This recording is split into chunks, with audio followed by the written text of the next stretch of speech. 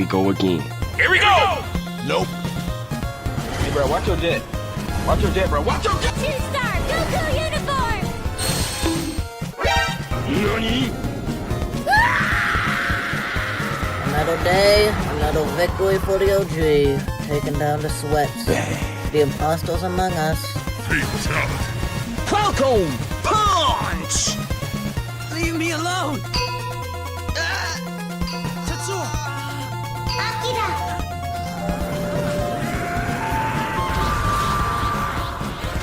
We will unite. We will stand together.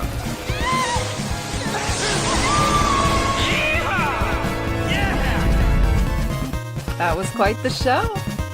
Well done.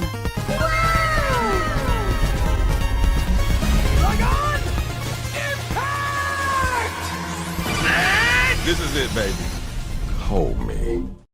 Oh my god, I love it so much. I mean, welcome. God, there's a different life where I started making like anime music videos back in the day, and like that.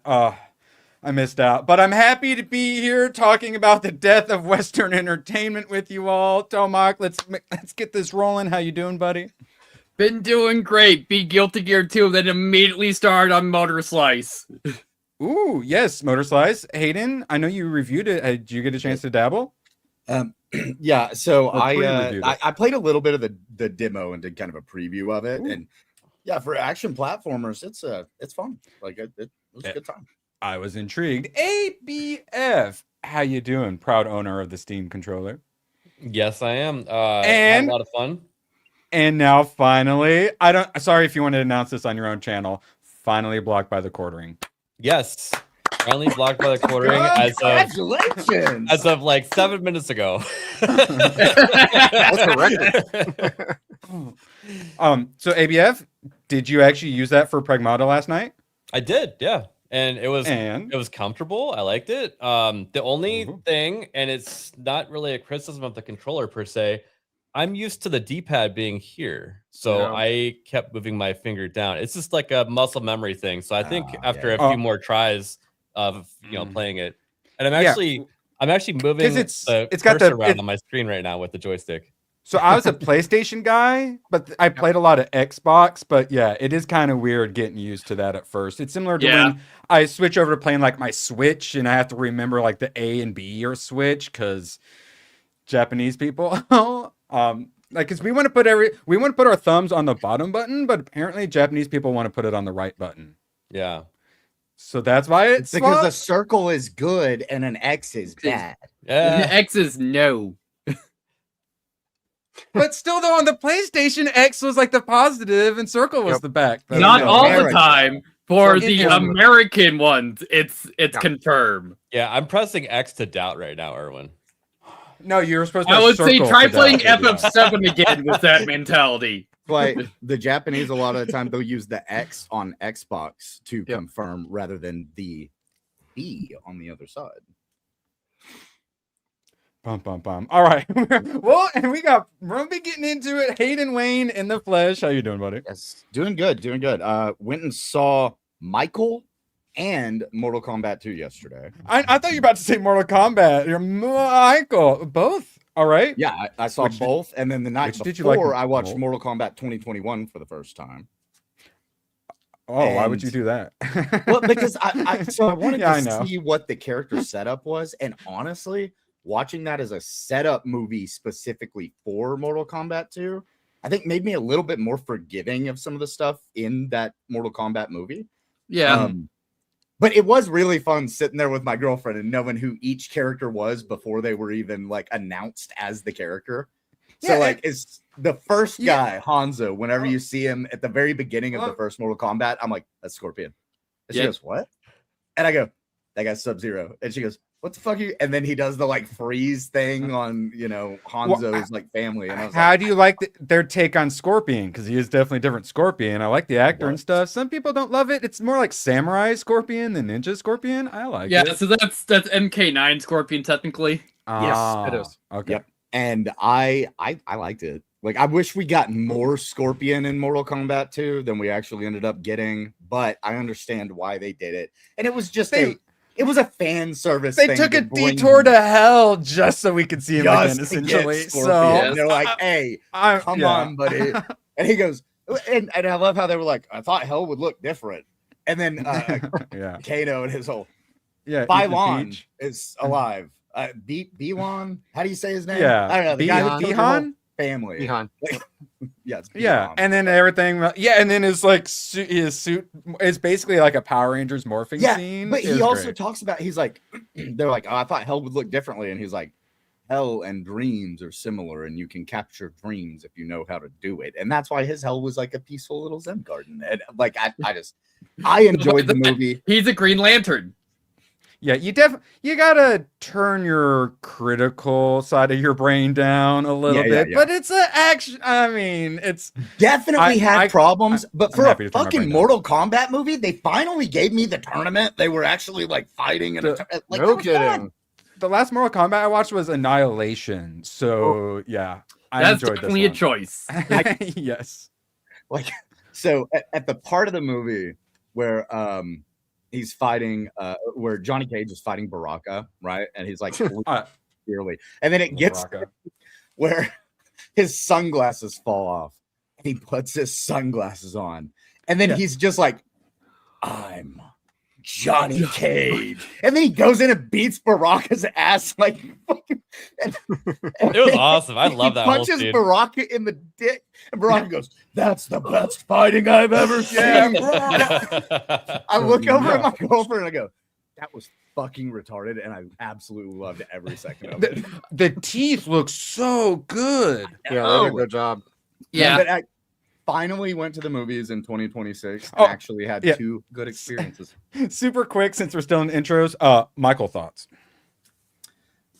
I loved it. I cried 3 times.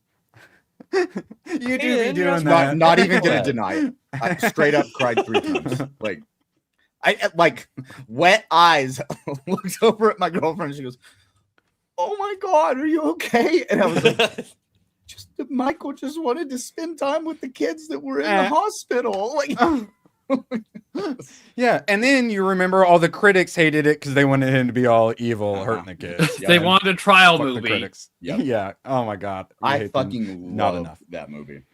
Yeah, it's because it was made for fans, and fans are the anti-critics, and critics are the anti-fans. But speaking of fans, Jeff, happy to see your DM this morning that you were available. How you doing, buddy? Yep. Doing great. Back from vacation and ready to get back to it. Ooh, where what kind of vacation? Beach vacation, forest, hiking vacation. So up to Calgary, Canada. Bam. I prefer a vacation like that over a beach vacation. I'm not a beach guy. I said it. I mean, we're nerds. I feel like a lot of you guys can probably understand not wanting to go sit in the hot sun on a beach. I'm a mountains ginger guy, not the beach. Like fuck snow hiking, anything that puts me in the sun. Gotta be careful with that stuff. Snow hiking. Ooh, yeah. There's a lot of snow still. Yeah. Have you had any time to dabble in some media recently? What have you been watching? What have you been little bit. I'm still playing a little catch up, but I would check Twitter here and there at night after being sore for like the day. Yeah. Yes. It's nice to have it as a little treat instead of something you're addicted to. Yeah, that you have to doom scroll because I don't have enough cortisol in my body yet. Yeah, but at least I did get to see Mortal Kombat 2 yesterday on my last of the day off of the vacation. So. So yeah, we'll get to our actual reviews here a little later. Did you enjoy it? Were you able to turn your brain off enough? Okay. Yep. I mean, okay. Did you guys or anyone in theaters cheer for Cole's untimely? Actually, my entire theater did. Did they? I cheered. I was the only one. What about you? I was laughing at my theater doing it. I'm like, there were only about 6 people in my theater, but as soon as he died, I went, "Fucking finally!" Yes.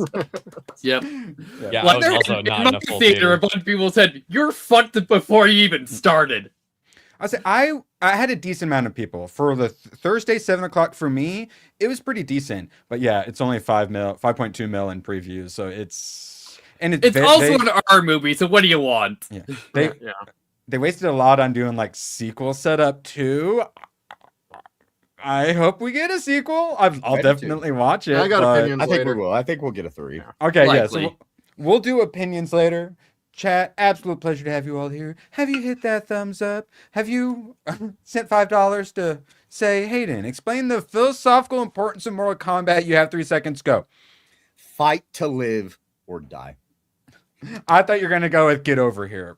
Either one works for me. Well, also a Scorpion, it's you either die the villain or you live long enough to see yourself become the hero. Yeah. I mean, yeah. Finish him. All right, yes. So shout out to Magnum. We have a clip for that.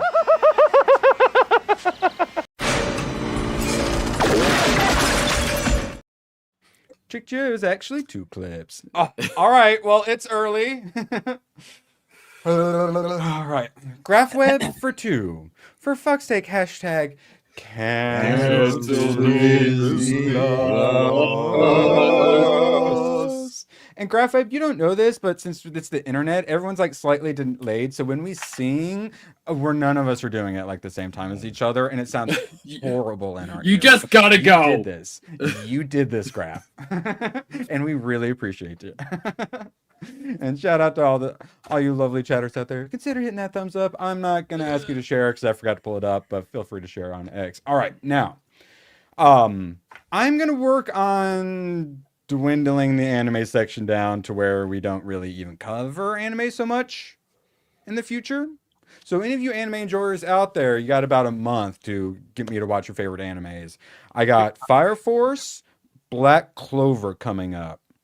Ooh, perfect. And Dr. Stone. And you guys dabbled in any Dr. Stone? It's intrigued me for a while. It's on the list, actually. Yeah, it's on my list, and my girlfriend thinks that I will love it, but I haven't.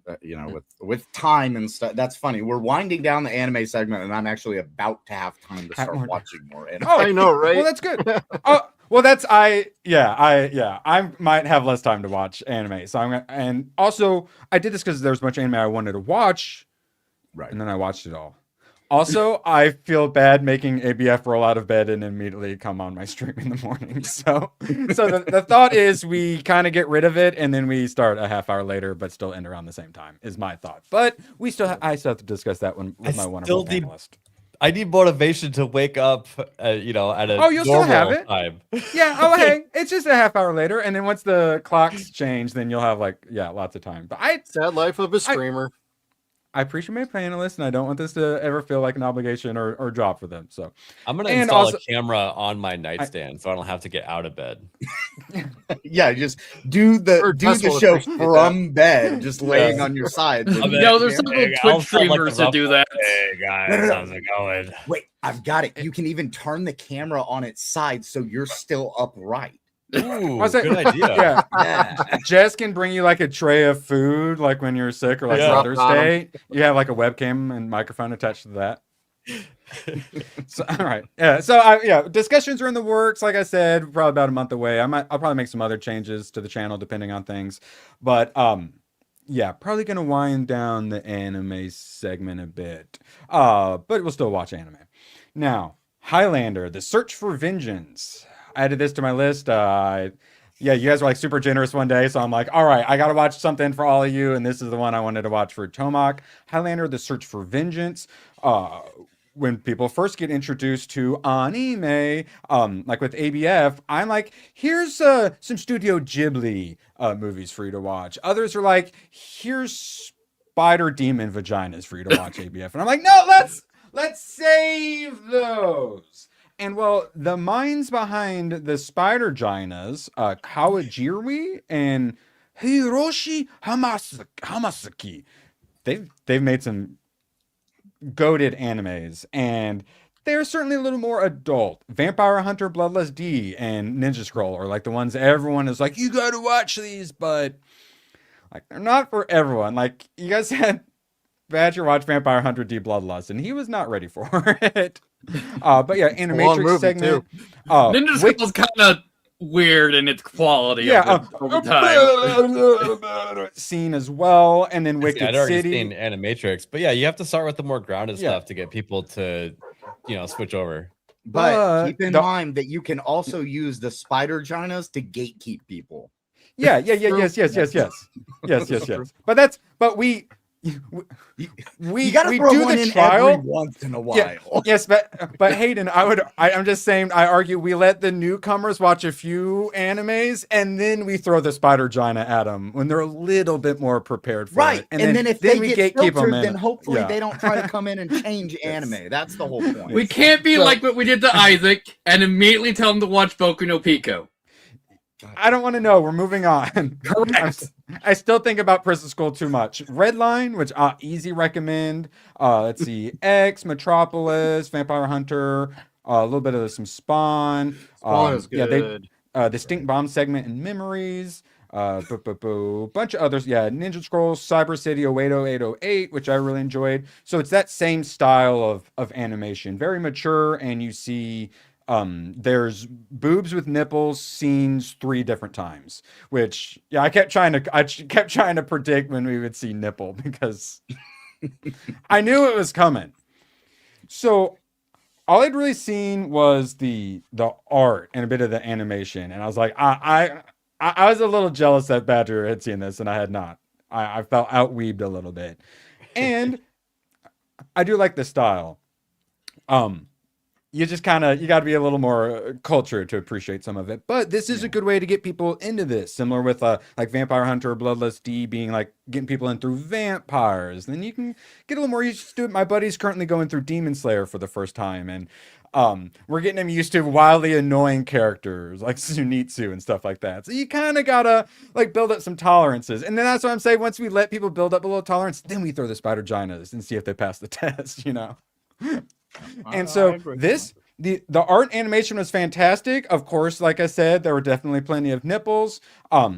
Attractive chick who is like his wife who dies and like keeps like reincarnating, coming back. She starts off as a prostitute. So like I said, you know, it's very adult. The main bad guy is another immortal who's a Roman. And I was thinking it was going to be more like Scottish Highlander stuff. Most of it's in the future when, similar to like in Highlander 2, it's global warming's like destroyed everything, so they're in a post-apocalyptic world living underground. I was told I couldn't go past Highlander 2.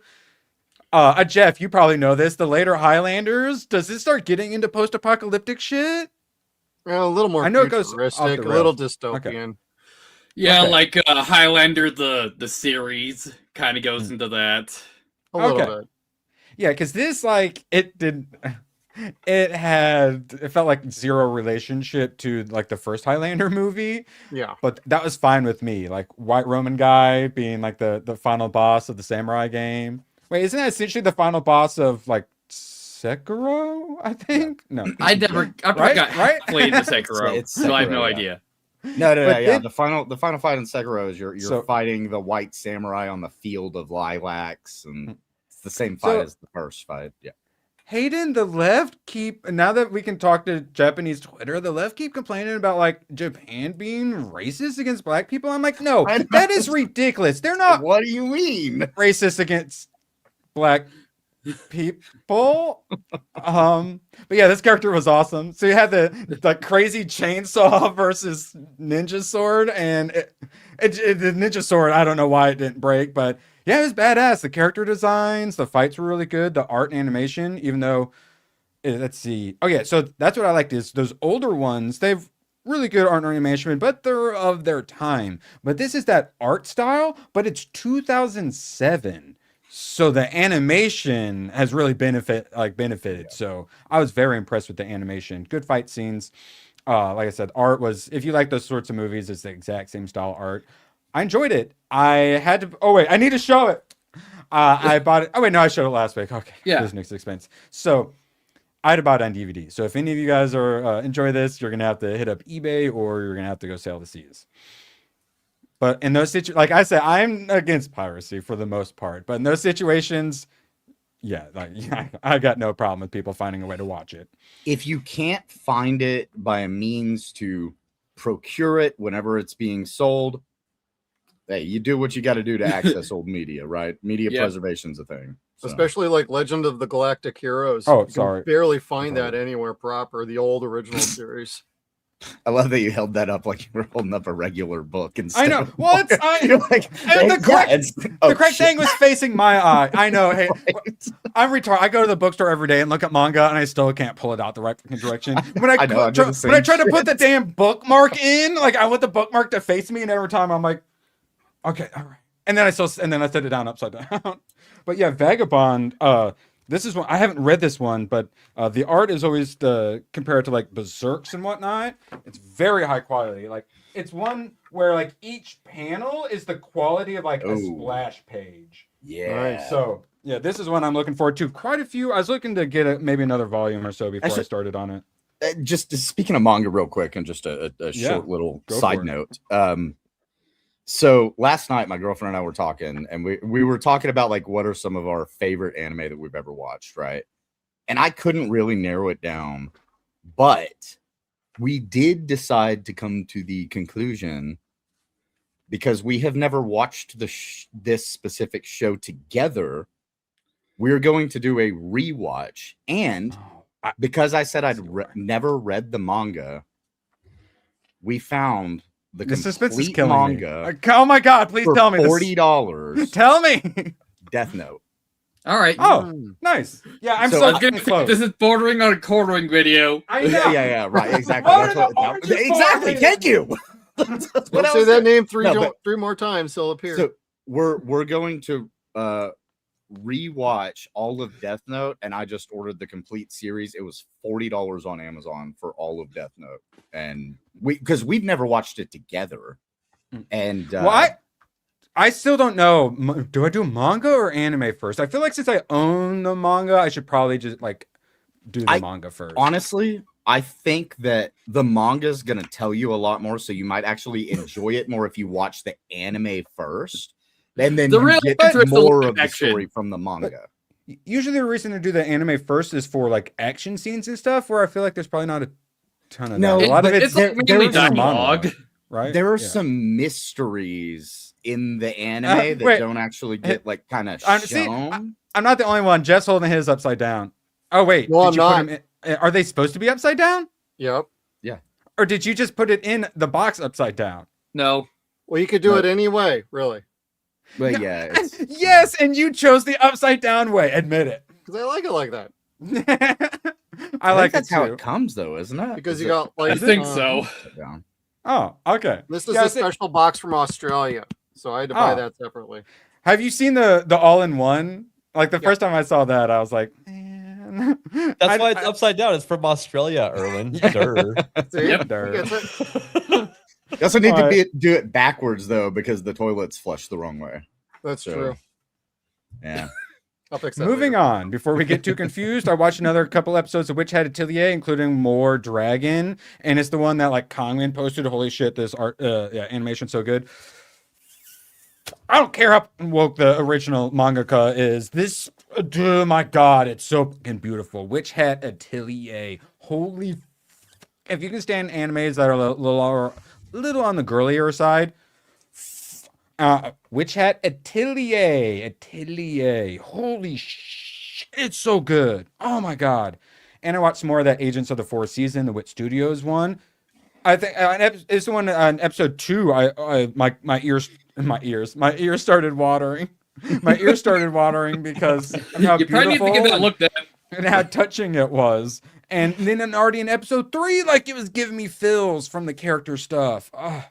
I'm very happy with the new anime I'm currently watching. And ABF, we have an update. Daemons of the Shadow Realm English dub will be delayed till next week. All right, that's why I thought it was weird, because the guys I was watching with was like, "Fuck it, we're just gonna watch the sub." Maybe I'll just save it for the airplane going to Japan. Yeah. Or you could watch the sub something else, since you're fixing to go to the country where, that's kind of. I'm sorry, but whenever they're talking, you're not going to get subtitles or an English dub. They will if I put the app on my phone. Okay, fair. Yeah. Hayden, have you heard this thing called the Tower of Babel? We defeated it. All right, so Daemons of the Shadow Realm. Twitter. Yeah. The Tower of Babel is probably only the most recent version of that incident. Also, true. Yes, and I mean we're literally trying to put And we just did UFO disclosure, and we're trying to put AI data center, like the brains of our AI gods in space. Yeah, that's the Tower of Babel. Trying to reach God is going to reach the heavens is trying to like go out in outer space and interact with. I'm just wondering, how are you going to defend the data centers from innate radiation?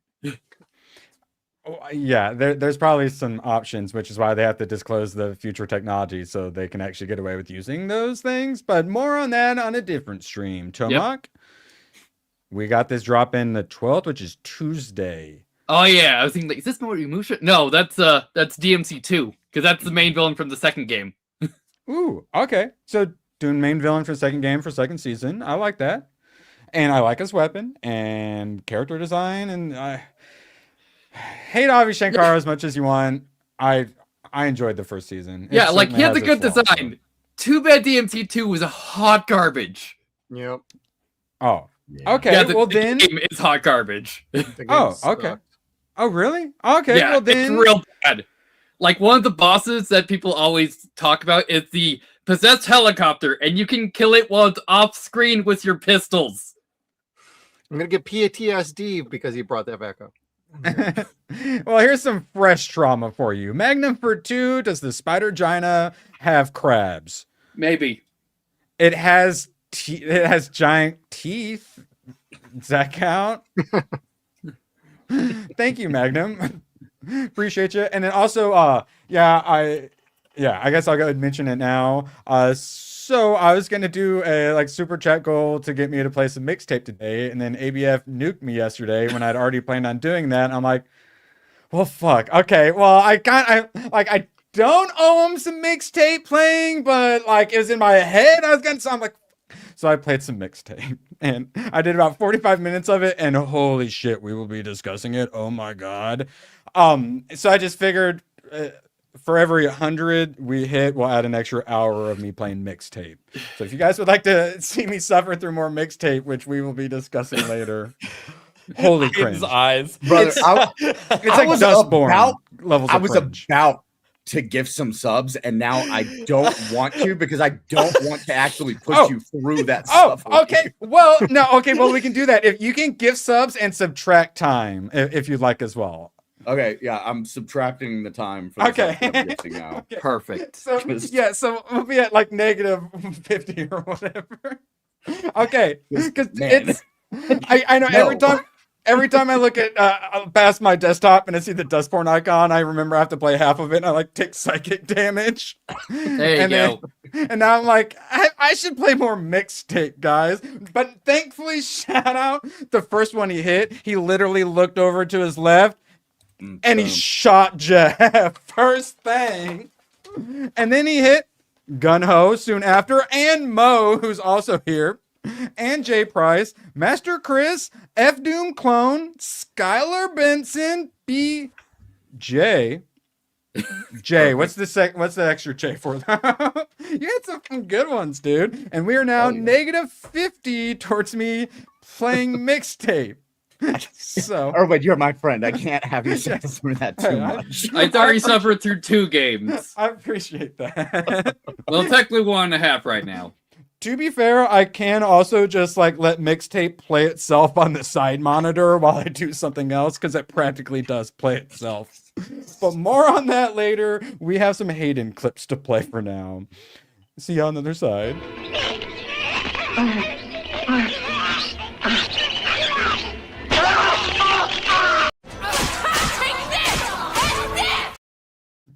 I have no idea why I can't stop thinking about prison school. I have no idea why it won't ever leave my mind. Found it. I had a feeling it was a big one. Girthy. Wait, have you been doing any Free Run Season 2, Hayden? You caught up? I'm not caught up. We watched... Still enjoying it, though? We're maybe 5 episodes in, something like that. But yeah, I'm enjoying the hell out of it. All right, because I was wondering, like, is the dub not fully aired? No, it's that. So since my girlfriend and I watch it together, we only have the time that I'm home and she's not at work. And since she's a bartender, she's at work like the end of the All day the time. and sleeps the next day. So All right. we watch it when we can, kind of Yeah, thing. just wondering. Yeah. But I do love it. Now we've got the One Piece remake coming from Wit Studio, which is the ones doing Agents of the Fourth Season. The only thing is they kind of have a different style, and it's more of that girly style, but I'm loving that show, so I'm kind of fine with it. Tomak, you looking forward to this? Yeah, I'm sure it'll be great. Yeah, covering the first 50 chapters, and they're doing like 7 2-hour-long episodes. Yeah, they're doing it a lot more cohesive too, aren't they? They're kind of like pushing, like kind of cramming the story in and being like, okay, we're just gonna hit the big points. Doing like now, Jeff 7 would know movies, this. How many times has the anime caught up to the manga? And that's responsible for a bunch of filler / half episodes. 0. Oh, I swear that they've caught up to the manga like during like Ennis Lobby, and that's why it took 3 episodes to get past the gate. No abducting One Piece has caught up to the manga numerous times. So with this, that's why they can super condense it. Yeah, I watched a couple of the One Piece episodes of the actual anime, and I liked it, but yeah, I didn't want to continue because of how many there are. I do like the idea of them condensing it and having this 2,000-mile view and putting it all together properly. And that's what, like, I'm the same way. I've seen a couple of episodes of the anime, but it's like it's too intimidating to actually tackle for me. Condensing it, I love it. The first arc, the art and animation, like for its time, was quite good. But like compared to what the art animation is on the newest season, they're doing some of like the coolest looking fight scenes in anime. Like, yeah. So once the dub gets going for that, I'm gonna just jump to the newest season. I said it. Hate me all you want. Isn't Elbas I'm just jumping ahead. I'm cheating. I'm putting the Game Shark in. I'm cheating. Wait, what did you say? I'm playing the magic whistle, Tomak. What did you say?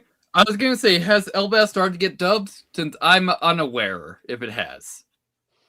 Oh well, I assumed it was gonna. That's a giant island. Yeah. Yeah. Once it does, but. Suns and Shadows dropping 5 gifties. Got one of my favorite clips. Let's roll it. That's not the same thing. They could put 100 other things in there. I think a lot of the stuff comes off the peanuts and Rose. And first one he hit was Thrawn Kill, who likes to talk mad shit, all grain it up over on Badgers, thinking he's better than us. We showed him. One of us. Whoops. Are you sure that isn't? Yes. I like that he also got yaps and mites. Yes. Perfect. Here you go, Thrawn Kill. You made a comment about Jaffa. Yay. Everyone's happy. Better gray than gay. No, wrong. Better gay than gray. Yeah. All right. Yeah. Sorry. I had to get my propaganda right. Yes. Better gay than gray. All right. Now, moving along. We've got just a couple more tabs, and then we'll get into some gaming. Well, we'll get into some fucking off and laughing at memes, and then we'll get into some gaming after a Mortal Kombat review. So, ABF, I found one for you. My girlfriend's friend. Seems pretty wholesome, right? My girlfriend's friend. Hold on, I just need a second getting this pulled up here real quick. My girlfriend's friend. Oh, hello. My girlfriend's friend. Couple of good reasons to watch this one. I'm assuming it's an idol group. Friend. I don't know. I'm interested. It seems nice. So, yes. Yes. She has a great personality. All right. So that sounds cool, but I have an even better one for you. So this is in the long name one. I obtained the cheat skill pattern recognition and got kicked from the heroes party for anti-Semitism. So now I'm going to live a slow life preparing for the inevitable race war, but these brown girls keep trying to seduce me. Perfect. I'm glad I ran across that to send it to you. Shout out to Tomak. Yeah, I'm down. I feel like it's not a real anime though. Oh, poor Chan lied to me. Like I was intrigued there. It seems like there's a good story going on. Yes. That is perfect. It's beautiful. All right, moving along. All right, Oh yeah, let's see. Okay, so I do actually have a couple of Hayden-based rewards for chat. So there we go. Lovely cosplayer who has much less safe for work ones. as Eve. Nice Eve. Yes. We've got much. If we get some other ones, we can show some other. I'm not sure that's a cosplay of her. We also just have cooking a hamburger. If anyone super chats and would prefer hamburger over boobs, I do enjoy burger. But we have more Stellar Blades. So, Ooh, I mean, she isn't busting out of the suit, but honestly, she doesn't need to. That's not bad. Jumpsuit. She's a lovely young lady. Yes, I blame the jumpsuit. Yes. I love that game. Yes, and the amount of games journalists who hate you for loving this is cool. I might need to get back at that game because I got stonewalled with math. Oh wait, is that her? Is that what's her name? Yun? Is that the wife? No. That's the girl that actually they modeled Eve after. I was gonna say she looks Eve similar. all the time. It is. Yeah. Okay. All right, it is her. I think her name's like Junyu or something like that. Yeah, she has some more Seriously? scantily clad images as well. Those pictures make her booba look a lot bigger. Yeah, she's the actual body model that they used for Eve, and she loves cosplaying Eve. Like it's great. That's awesome. Yes, this is how you market. Excellently done, and that's why they hate us. All right, and then let's see. Okay, and then we'll entice you guys for what's ahead. Future rewards on the battle pass. I did enjoy the response to that image. Well, that's for everyone. But we do have one that's a This one's part of the free battle pass that you guys unlock. Congrats. Perfect. I keep seeing these going around, the OG gaming advertisements with the busty Asian chicks. That was for DOA 4, I think. Sega Saturn.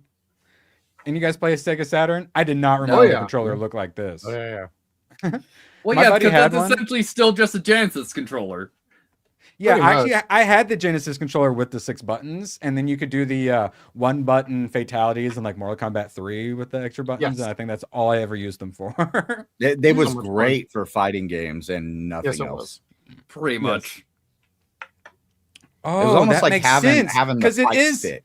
It is a fight. I had not thought of it that way. It's essentially a fight stick at that point. That makes sense. But yeah, it's Dreamcast. Anyone have any Dreamcast where the Dreamcast is like my favorite console of all time? Like I haven't told the Dreamcast is great, but I never had one. The memory card was a Tamagotchi, for Christ's sakes. Oh god. Yep. People like because you could put your chows onto your VMU, the video memory unit, and then you could like feed them and play with them and stuff. It was fucking great. Was it only Sonic 1 and 2 that actually used that feature though? No, there were other games that had some features that you could use the VMU with, but they were kind of, some games that, well, let's just say the Dreamcast failed as a system for a reason. All right. Yeah, like we know people didn't play it. So. Magnum for 2, Hayden knows her name. Yeah, shout out to Hayden. Like he called that. Like he got +5 Wii points for that one. Yeah, I'm a big fan of Stellar Blade, and whenever she first started doing that, and they were first marketing the game, like I got notice of it, and I got her name wrong, but Ooh, Spy Hunter. You're close. Yeah, have you seen this game? That's awesome. I'd play that. It's dope. Yeah, that's essentially Spy Hunter arcade. Yeah, I like it until you figure out the patterns. But and then it's got like the strings, so when you hit them, you actually like tumble over too. You just roll over them. Like I love it. Yeah. Boys want one thing, and it's disgusting. Then wash it. All right, now I think we're okay. This one is for ABF. I didn't. Yeah, I thought maybe if like we got in an argument or he annoyed me something, I'd jump scare him with this. But ABF, does this do anything to you? I imagine you can't service an issue without a service. Yeah, like that's way if too much someone reports cable. an outage, how do you trace it down? Probably with one of those cable toters. It's called a fire hazard. Yeah, just wrap it around. See, I see, because some people get triggered by cable management. I don't really care. I see this and I'm like, I could untangle it. As soon as you brought that up, I got like that tingle in the back of your neck. That like that autism that's starting to cringe. You're like, was there a router just placed on top of the wires? No, that's just some utility pole with everyone's cable plugged into the same one. I thought that was Probably. from China, but it may be it's the Philippines. It could very well be the Philippines. I think we can all agree it's Asia. Yes. Yeah, I've seen the Philippines ones also. It's their way around multiple password countries. Yeah. It's easier just to keep adding a wire than to make proper infrastructure. 100%. It takes effort to make biblically accurate Miku. Yes. Yeah. Jeff, I forgot to ask, is this going for me playing Mixtape or going against Mixtape? Because I forgot that I had to ask. Take it as you wish. Okay. Dealer's Well, choice. because I'm trying to incentivize Super Chat, so I'm going to call it a positive. Hey, all right. So we don't get farther away from Super Chat goals. Right? Okay. All right. Plus side. I think you should wipe out Hayden's gifties with it. Oh, I got to do 5 more for that, though. Yeah. Oh, wait. Okay. No. All right. So, Mortal Kombat 2, we already kind of talked about it. Jeff, it looked like you were holding some things back. What were your thoughts on Mortal Kombat 2? Overall, I liked it. I feel like it had some pacing issues, and I didn't like a whole lot of the casting and character choices that they made, but I love Carl Urban. He was great as an aging Johnny Cage. Fight scenes were a lot of fun. I felt like it had a lot of entertainment value, but they could have cut about 10 minutes out of the movie. But then it would have been even more incoherent, though. Well, they could have focused more on more fatalities and longer fight scenes. I thought we got quite a few fatalities. There were just not some of the ones that I would have liked. There were a That's few gasps nitpick on me. I wanted my a scorpion theater. rip the head out. Oh, Kind well, of. yeah. But I had gasps in my theater. What about you, Hayden? Dude, so again, my theater, there wasn't very many people there, but we also went at like, I want to say about 3:30, maybe 3 o'clock was what time we saw. But for me, dude, the katana fatality with the fucking fans spinning, like I was like, oh yeah, let's Peter go. went crazy for that one, and for me, and I was like, oh yeah, that was the gasp one. Yeah. I loved it, man. Like I really enjoyed this movie as, like I said, a fan of Mortal Kombat. And I'm not like a super fan of Mortal Kombat, but I actually thought most of the casting was really well done. I think we can all agree Jade sucked. Yeah, if she had been a hot Asian chick, she would have sucked a bit less, but still. I was wondering when I was watching, like, where's Melina? But I'm thinking, like, Melina may have been killed in the first movie, and I forgot. Yes. I think she was. I don't know. I watched it drunk the night before, so I don't remember. But you know, I blocked it from my memories mostly. I remember the beginning and the end of the first movie, and that's about it. I just learned that Cole was supposed to be Asian. I thought he was Latino. But then people explained it for a loop. He's Scorpion's. He's Scorpion's descendant. Yeah, they do a weird thing, but I guess it's like he is you Asian. don't realize how like long it had been until you get midway through that first movie, and then they're like, for 4,000 years your bloodline has continued, and it's like, oh, that was so the Scorpion thing at the beginning was 4,000 years ago. Okay, gotcha. Thank you for finally catching me up and telling me that. Keep in mind, the full process for the Mortal Kombat takes 10 generations. Right. Yes. Right. But no, like I said, as far as Mortal Kombat 2 goes, and I know there are some people that really aren't enjoying it that much. They're like, nah, it's okay. For me, as a fan of the franchise, thought the casting was good. I thought the costumes were great. The action scenes were fun, and it was stupid as hell. And I don't care because it was just a good time as I was watching it. Like, it's a fighting game movie. What do you want? Yeah, I want to see Saw Blade hat flying around while they're fighting. I don't need that much story. Tell me that they have to fight in a tournament to save the world, and then just make them fucking fight.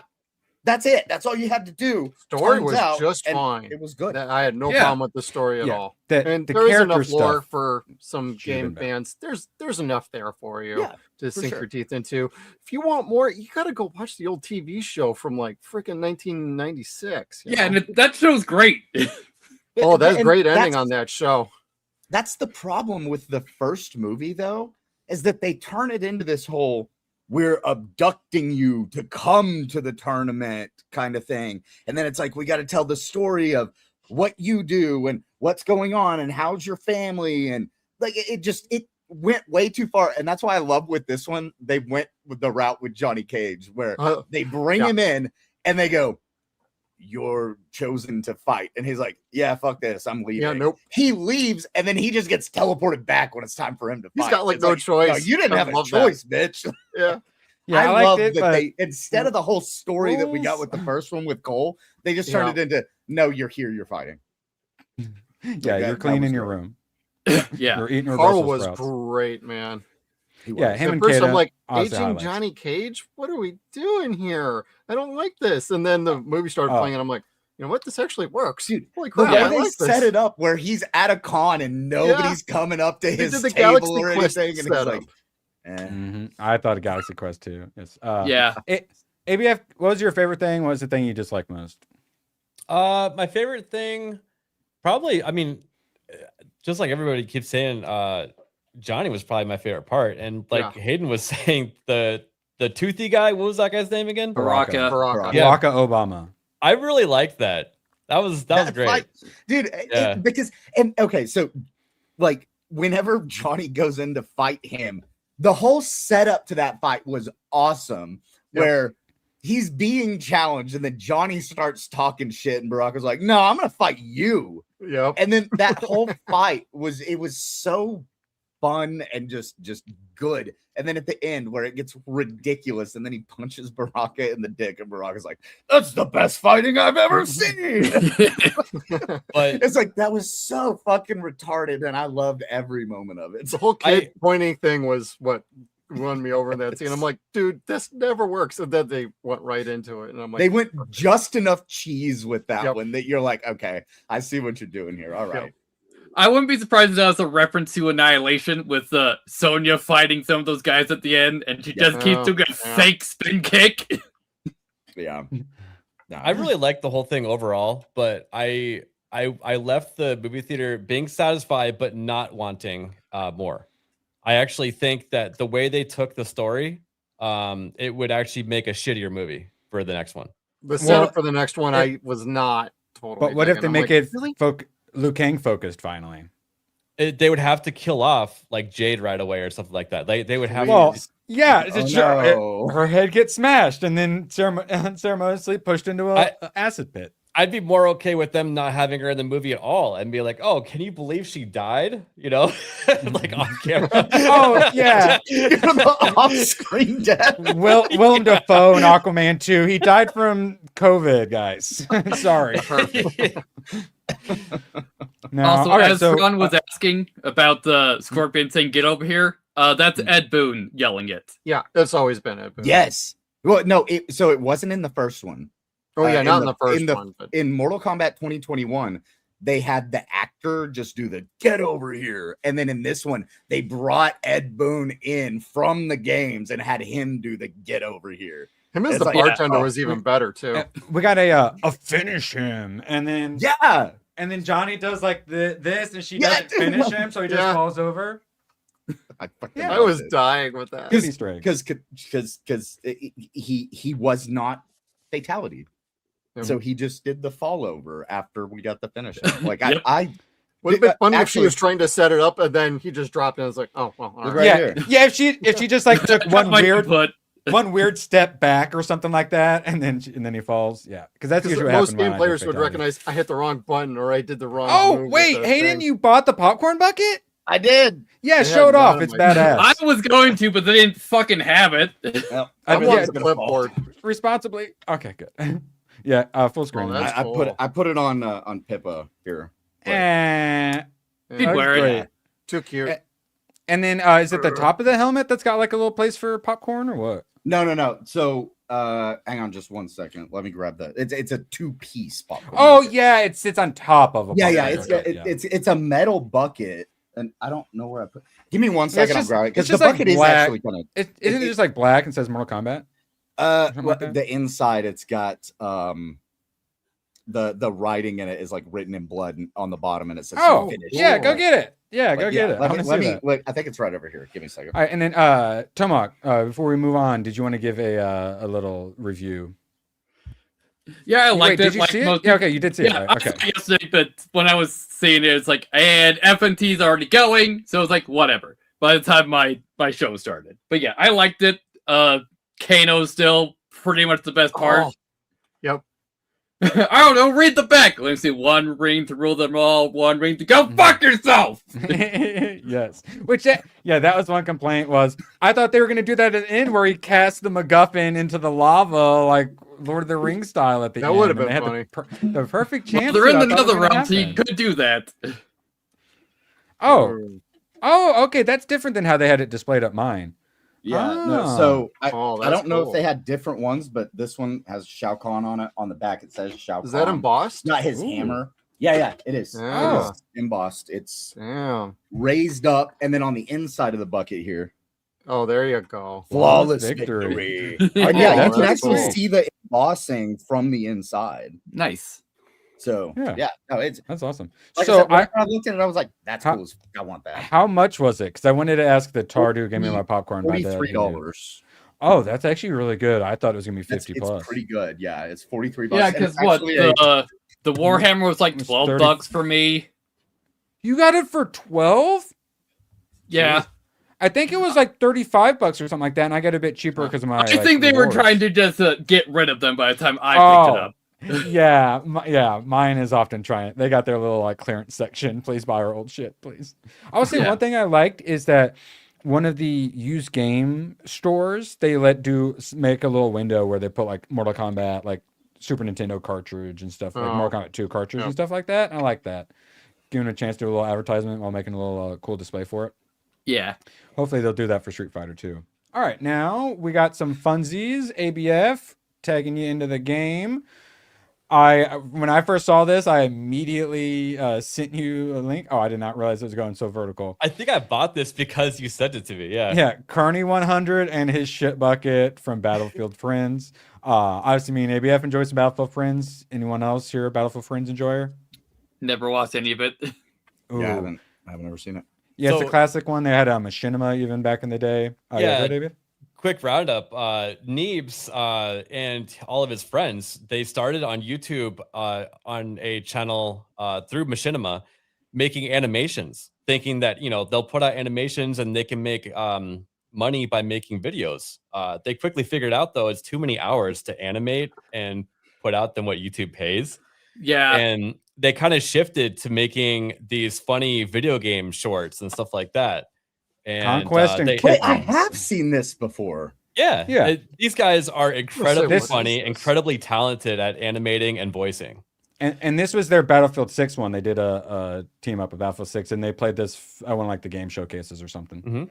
And I put that out and I tagged Neebs Gaming, and that account liked the post. So I thought that was kind of cool. Hell yeah. Yeah, Definitely. YouTube's always So- hated animators, though, consistently. Yeah. So for those that don't know, so it's the joke is Kearney 100. So when you get to rank 100, you become Colonel, which kind of makes you the no-lifer. And the joke was that the Kearney 100 like never ever died and was like a one-man army. And then there was a running joke about him having a shit bucket. Because like if you're a real gamer, you have a shit bucket, so you don't have to get up. Because like some of those Battlefield games you play from the beginning. They're super long games, right? God. Well, one of the noobs asked me, he's like, "Man, how did you get to where you are?" He's like, "Are you pooping?" He's like, "Yeah." He's like, "Yeah, that's minus kills. You need a shit bucket. Are you having sex?" No, stop having sex. Having sex, negative kills. And I was in the model there too. He's like, I unlocked the bipod for my knife. Yeah, But and then then Flint's knife. And then Battlefield added an attachment at one point, right? Yep. And like he was always like like a staple of some of the episodes. Like they'll be like, "How do I take out that helicopter?" And it just shows Colonel 100 jumping onto the windshield of it, taking out the pilot with his bipod knife. Basically, would just like break the game, essentially. Yeah. It's good. Like, It's a really does good it get character. So yeah, the second I saw it, because I wanted it, but I can't do those things where I buy them and then get them 6 months later. Correct. I don't like that. I know. Yeah, Hayden, I imagine you've. After a while, after a while, it's just like, oh, I don't want to anymore. It's like, oh yeah, but no. Okay, here's the thing. So, I have a really bad memory, and we're aware. So sometimes I'll order something, but because it takes like half a year to get here, it's like you forget, the mailman just shows up like and Christmas then I have present. a present. And I'm like, oh, look at that. Look at this thing that cost me $300 fucking and I've completely forgotten about by the time it shows up. But it happens a lot. All right. I'm actually ordering some stuff today that's going to take like 18 weeks to get here. Yeah, what's VTuber merch will do that. Now, speaking of Hayden. Yes. I know Tomac probably gets the meme. ABF, I need you to explain this meme to chat. It's good. It's so fucking good.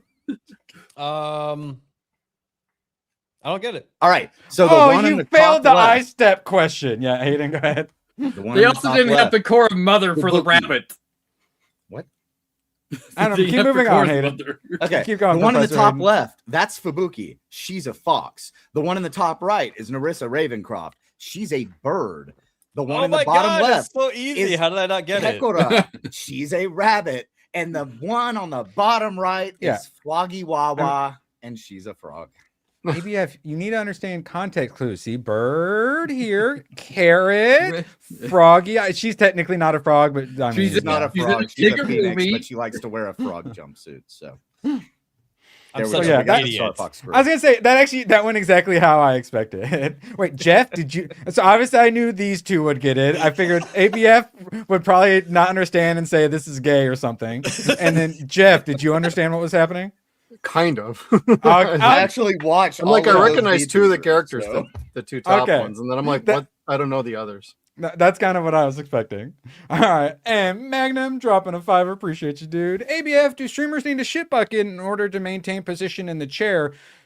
No, streamers literally just leave and take a shit and eat and then come back like 45 minutes later when Chair someone streams, man. Yeah, when You the turn video on a video and then you fuck off and leave and do whatever you want. Someone spends 1,000 hours editing a video and then you just fuck off while it plays. Yes. or your XQC and you just have DoorDash and you have a pile of trash that never gets cleaned up, or you get a haircut on stream and leave the hair behind you for like 2 months. I will say if we found out Asmin had some sort of shit bucket or pee bottle situation, I wouldn't be shocked in the slightest. I think Wait, there has was he a pee bottle situation. I was about to say, has he had a pee bottle? I'm pretty sure there was a pee bottle situation at one point. That was probably during like what, Don't drink the Cataclysm? orange Kool-Aid. All right, so we're sticking on Star Fox. Apparently, a lot of people hated the character designs. I didn't realize that was a thing. It looks fine. I thought they were fine. They went for a me. more realistic way with this. And You can I see his did fur. see a couple of like fan edits where they actually like took Fox and they made the eyes a little bit bigger, like kind of anime style, and they smoothed out the fur just a little bit. And it did actually look better with the bigger eyes than it looks now. But I actually didn't have a problem with it. See, that looks like Weasel. That's funny, but also I think that's like way over exaggerating it, because like it doesn't look like Fox McCloud from Classic necessarily, but like I don't think it looks bad. I think it's a fine adaptation. Yeah. Now, going back to 64 for the third time, I have a fucking problem with. Oh, I don't give a I am fucking buying it the day it comes out. Like I am excited about Star Fox. Yeah, Tom, I scrolled past this right as you say. Nintendo's opening the third time's a charm. I'm gonna load up the original tonight. Yep. So, they're all the everyone same hated. Everyone hated on Star Fox Zero, but now like people are talking about they liked it. Star Fox Zero's fine. It's just that it's kind of weird because it's a Wii U game where most of the time you're looking at the gamepad, not the TV. Oh, okay. And they went from like on-rail shooter to platformer. I get people being annoyed with that. It depends because Star Fox 2 is heavily a platformer. Oh, is it? Oh, okay. Yes. I was never a big Star Foxer. I obviously I played it. I think to play Star Fox 2, you have to get like the SNES Mini, and that's the only official release for that game. I was really hoping that with the new Star Fox game, they were going to give us some more platformer kind of stuff, like get out of the ship and do some running around and like fucking turn it into an RPG. But then they hit us with, nope, it's the same game we've already given you 5 times. And I'm like, all right, 64 again, which is perfectly fine. I would just like a new Star Fox game, like Adventure or Assault. Listen, it's like the 7th game coming out for the Nintendo Switch 2. Like, of course I'm going to pick it up. Yeah. You gotta justify your money. I say $50. I was kind of surprised they had it at $50 for digital, $60 for physical, I think. But yep. But that's exactly what you're supposed to do. The digital games were always supposed to cost less, and then everybody threw that out the fucking window, except for Nintendo. Nintendo, the one that we all did not think would hold to that standard, is the only one holding to that standard and going, hey, if you're digital, $10 less. It's less of an argument too with Nintendo because those cartridges don't actually have the game on them. Some it's of them just the do. key. Some of them do. Some of the cartridges do. How do you know? Because they tell exactly you this do one you? doesn't. Okay. And then you can put it in and then you can just play. The other ones are like, hey, we need to download the rest of the game. I wonder which one this one's going to be.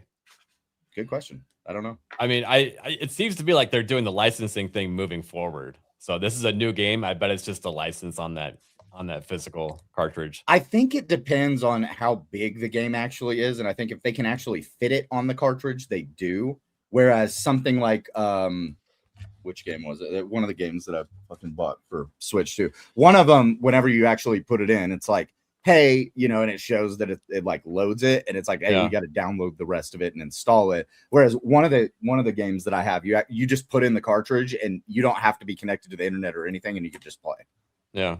That's what we want. All right. Oh, for sure. ABF, I threw something in private chat if you get it pulled up.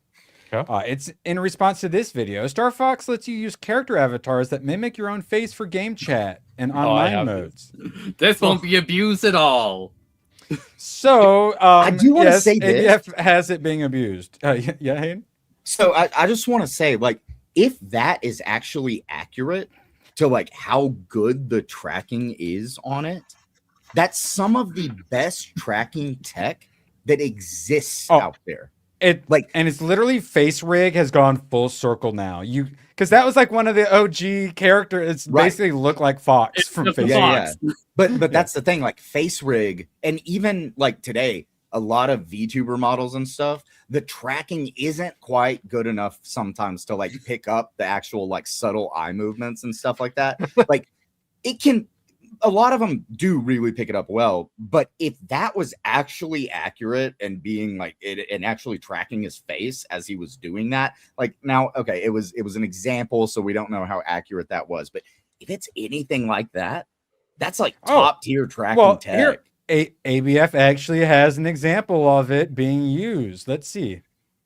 Banter between characters is also bad.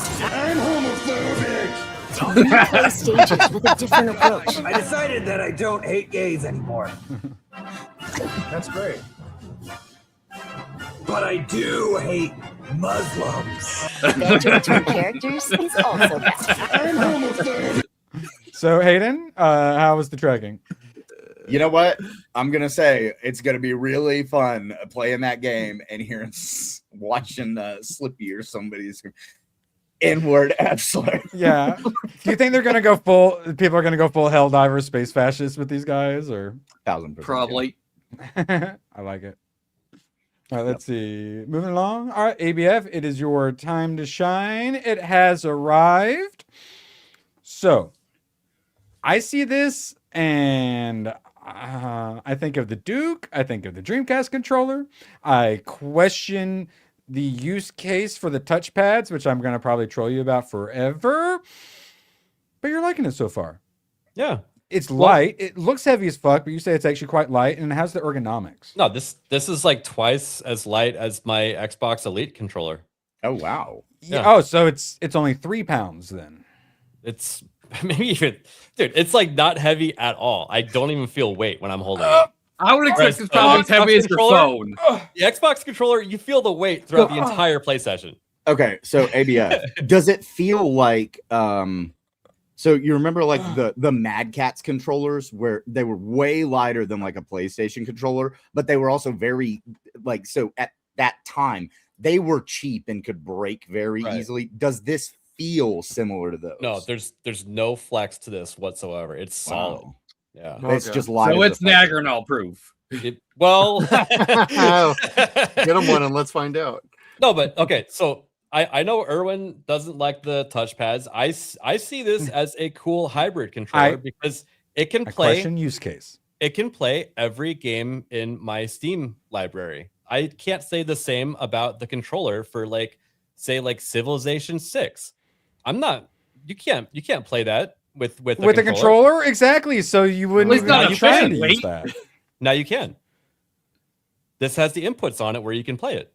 Yeah, it has the inputs, but is it still better than a mouse? No, and keyboard? It has the inputs. Period.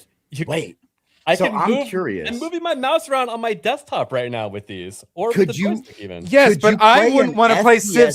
I wouldn't want to play Civ with this as my mouse, though. Oh, I actually have on my laptop using a touchpad isn't that bad.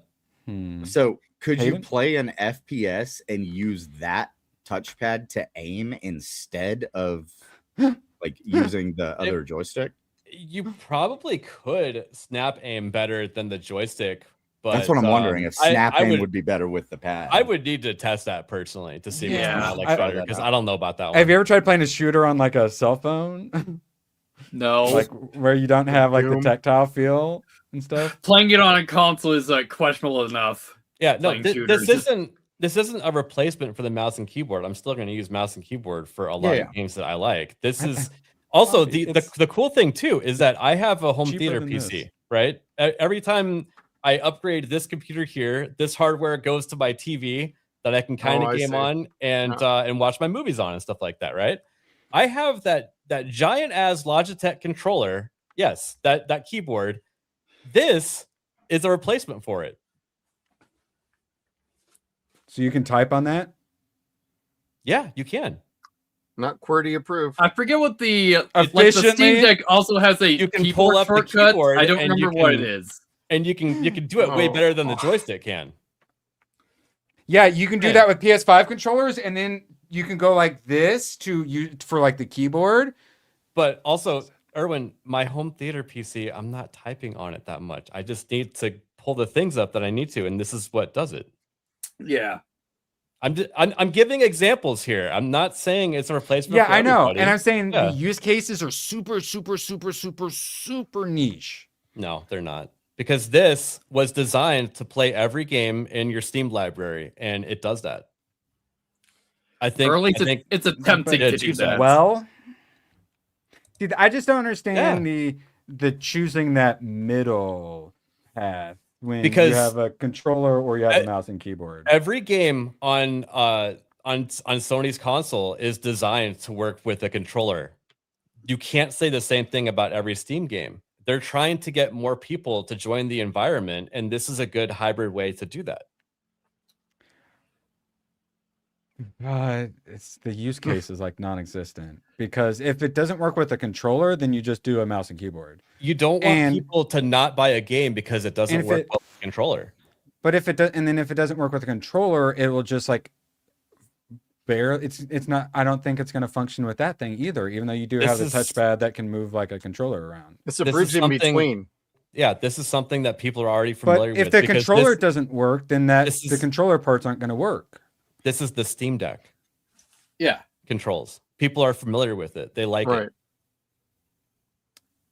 I think Erwin's concern comes to the point of, is it going to appeal to the general masses that are not that big into Steam, and they're pulling in new people that'll go right to that instead of a keyboard? I think name a game that's not comfortable. So say you don't play 4X games. Name another game where there's plenty of good. Games that were made for PC that only work with a mouse and keyboard. Like say for example, Eve Online, for instance. I was going to say like Command and Conquer, but then but that still wouldn't work on that. Controller. real time strategy. Yeah, this would work on it.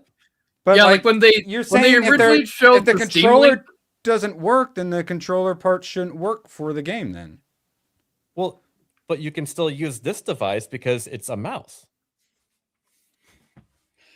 But then you don't need all the other things that you need to have to go along with the mouse. If these buttons don't work, then you got a mouse, but then you don't have the keyboard. If you map it for all your buttons. work out. That's why they have extra back buttons for more shortcuts, I'd assume. Yeah, so you can map But the but we're buttons going that are off the important. premise that the controller doesn't work. But you can actually map the buttons though, so you can do like a hybrid system. I'm talking about games that just don't work well with a joystick moving your cursor around. And also, there's a web browser in the Steam Deck that you can go around and you can surf the web with it. Like, I just don't think this is for you, and I don't think you get it. There's a PlayStation. Yeah, PlayStation. You could do all that with the PS5 controller, and you could use the browser.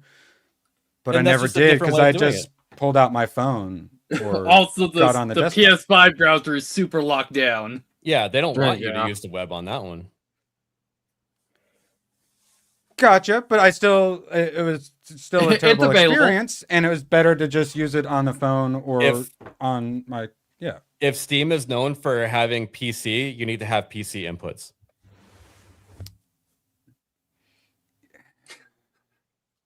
Yeah, but like we have them. It's a mouse and keyboard. Not everybody has them. Functions like that, and I don't think anyone's making games. There's something called the Steam Machine coming out. A weird hybrid thing, because like when on my PlayStation, like Chad, I'd love to hear you guys on your PlayStation when they had the touchpad. Occasional games you click it and that would pull up like your inventory or your skill tree. Yeah, your start button pretty much. And then when I played Warframe, instead of having to hold like L1 and pressing one of the buttons or whatever it was, you could slide it up or like right or down or left, and that would do your different abilities. And that's not the only time I ever used that touchpad. Yeah. There's something called the Steam Machine coming out, and there's 100,000+ games on that platform, and not all of them work with a controller alone. So they came out with this. ABF, did you ever get the original Steam controller? I don't understand how it works. I didn't. Okay.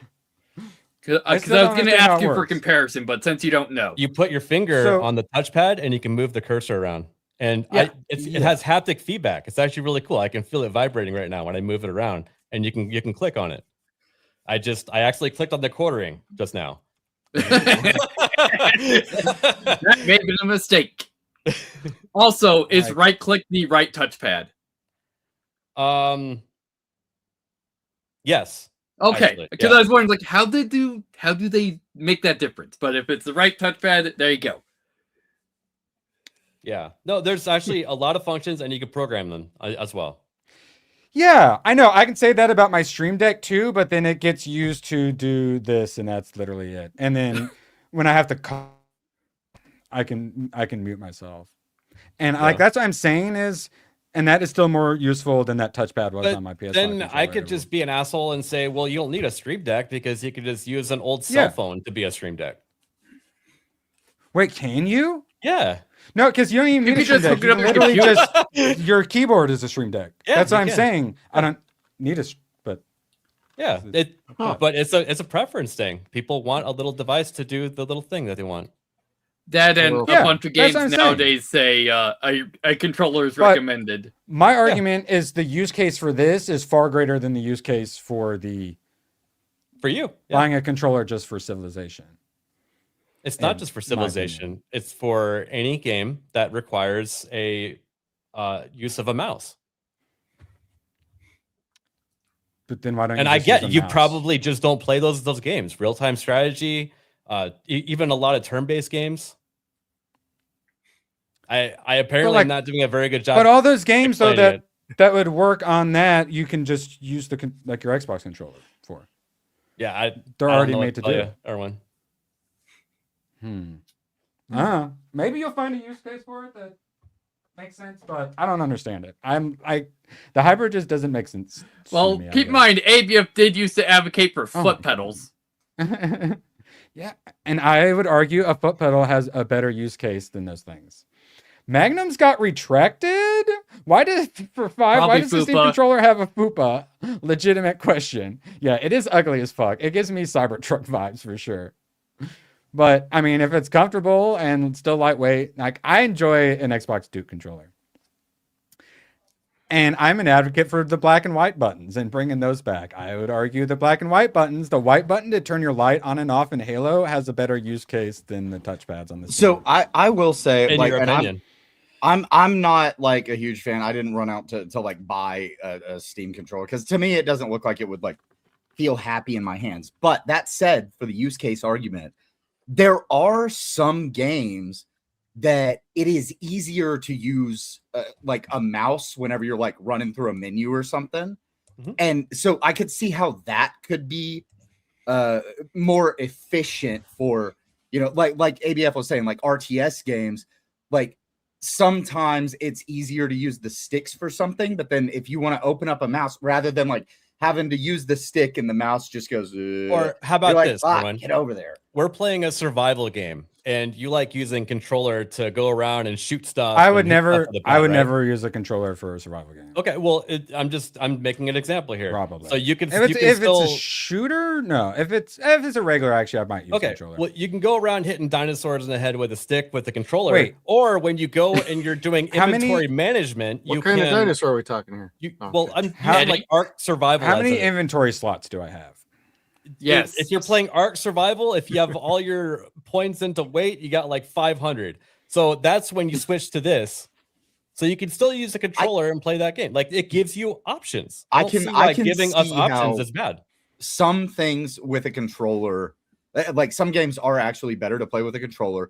And then like there are games that I've played that I find myself like I'm playing with the controller, I'm having a good time, and then I pause and go into a menu or something, and then I grab the mouse immediately so I can just quickly get to where I'm. I occasionally do that. Yeah. wanting Now to there is a use case for navigating. So menus. for the Steam machine, instead of having to have a controller plus a keyboard and mouse, if you can just have it all in the Steam machine, which is essentially like a Xbox, it's a gaming console, right? It's not necessarily made for the stuff like we would use a computer for, because people who are buying a Steam machine aren't going to be recording videos on it, editing it. They're not going to be browsing the web, fucking around on Twitter. Like those of us that do PC, we do lots of things with the thing that we also play games on.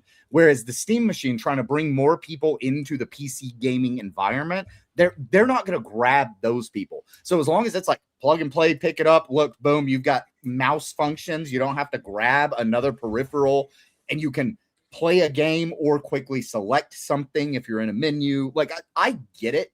I personally don't think I'm going to get one, but I do understand some use arguments for it. Yeah, Well, it's not for, it's I not for finally heard everybody.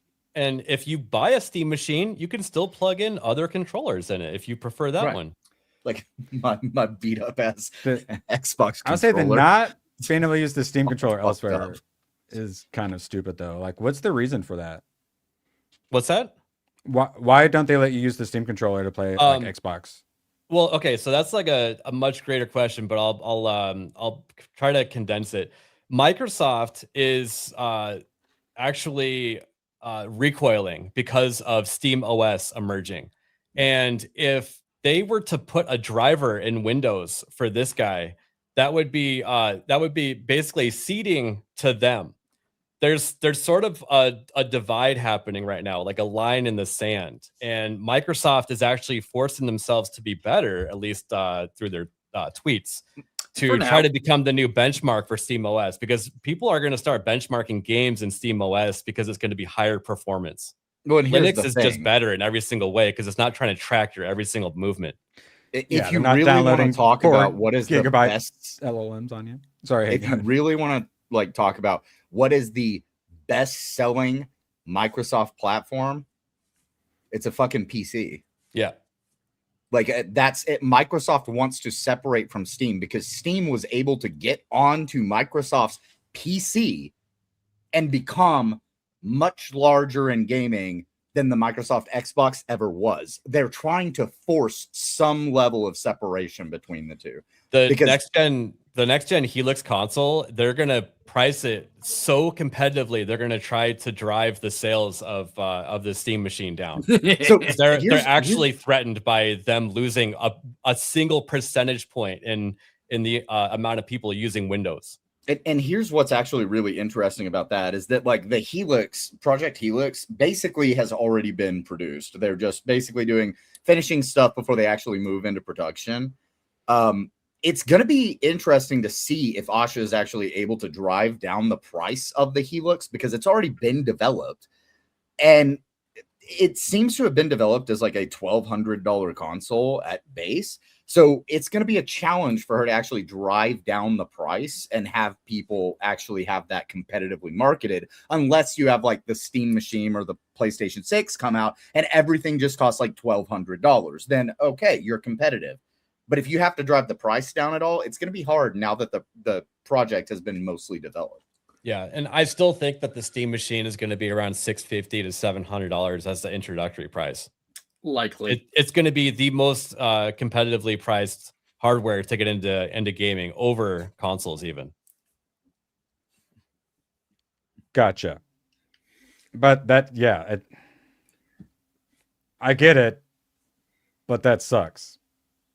$100. Yeah, you know what else sucks? Stuff on Xbox the fact that every time you buy a fucking Xbox controller, it doesn't come with this. Yeah, this is what all controllers should come with: a little USB dongle that you plug into anything. It should come with this. Oh, the puck. Mag charge. This is how I charge it. I set it down on the desk and it automatically finds it for you. In fact, it's strong enough to hold it up. So is communication with the puck how the controller actually communicates to the machine? Or yeah, in fact, if you have multiple controllers, it talks to one puck. You can have up to 4 controllers talk to it. Okay, see, that's good. Because I like physical plugins that communicate between two devices rather than having to go over Bluetooth or Wi-Fi or something like that. Because we all know how unreliable that shit can be. Honestly, opening up the packaging and setting it up, it felt like I was setting up a piece of Apple, like an Apple device. It was very easy. They're like, plug this in. Okay, move the cable to that. We're updated. Now you're good to go. It was crazy easy. And also, you just you double tap the Steam button in the center, and it takes you to big picture mode on Steam. And also, Erwin, to address your, you can use this while using an Xbox game. You just have to have Steam open in the background. I don't mind that, but works. like Steam runs everyone who just freaked out about having to connect a PlayStation every month, I feel like they're gonna hate that, right? So yeah, not necessarily, because it's not a thing for tracking per se. It's just a thing to make the driver work. Yeah, no, I gotcha, but I'm not Pirate Nation bitching and moaning about all those things. But a lot of people will. All right, now. Yeah. I am going to bitch about Mixtape, though. So this is how it started. IGN found themselves something finally worthy of that illustrious 10 out of 10. A musical delight from start to finish, Mixtape sets a new standard for coming-of-age stories in video games and does so with a masterful sense of cringe. Our 10 out of 10 review. So that's how I saw it. And we all immediately thought, wow, this must be terrible. We were right. And then IGN, VGC, all of these 10 9s, Game Informer, GameSpot, even 9s. It's almost like you can't trust the gaming industry because they might have ties together and be having an incestuous relationship. Weird. To be fair, we'll be looking at its Steam page here in a second. And then I saw coming today to Xbox Game Pass. And I went, Ultimate, so the highest level. Yeah, but that's actually wrong because it was actually available for my normal Game Pass. Oh, interesting. So I went, oh, wait, I have 6 more days left of Game Pass before it's like fully canceled. Because like I canceled it, but I got to like wait for the month to finish up. Yeah. And I had like 6 more days. So I went, oh, okay, well, why don't I do a super chat goal where I might have to play this? And then I thought that, and then ABF did things yesterday and went, well, fuck. I was going to do it tomorrow, but I feel like, even though I never said it, I owed him a little bit of Mixtape. Holy fuck. Okay. So Relooted was cringe made by South Africans. It was all like race cringe stuff. This isn't that. This is more Life is Strange hipster levels of woke cringe, where it's like, And remember, yeah, like, remember how cool we used to be? Except the main character, I fucking hate her so much. Bisexual. At the very best, bisexual, right? I'm not sure. That's what I'm guessing. She looks like who's the bitch? Oh god, who's the bitch that ruined Indiana Jones? Fleabag. What's her name? Oh, looks like her. Fuck, I can't remember her name. It's like something Taylor in it, right? I don't remember. You tell me, I don't remember her chat. name. Otherwise, I'll IMDb it. But this is what she looks like. She's a incredibly Jewish, I assume Jewish nerd. Like she's got a fucking honker on her, and she's a Waller-Bridge. Yeah, Phoebe Waller-Bridge. Thank you. Yeah, there we go. So she's hyper fucking cringe, fucking loser who's like addicted to music, but her and her friends all think that they are punk rockers. And so they're all about like partying and like getting drunk and like escaping the house and like, look how cool we are. Frickin' While hippies. being fucking nerdy losers. Cringe as fuck, who think they're super cool.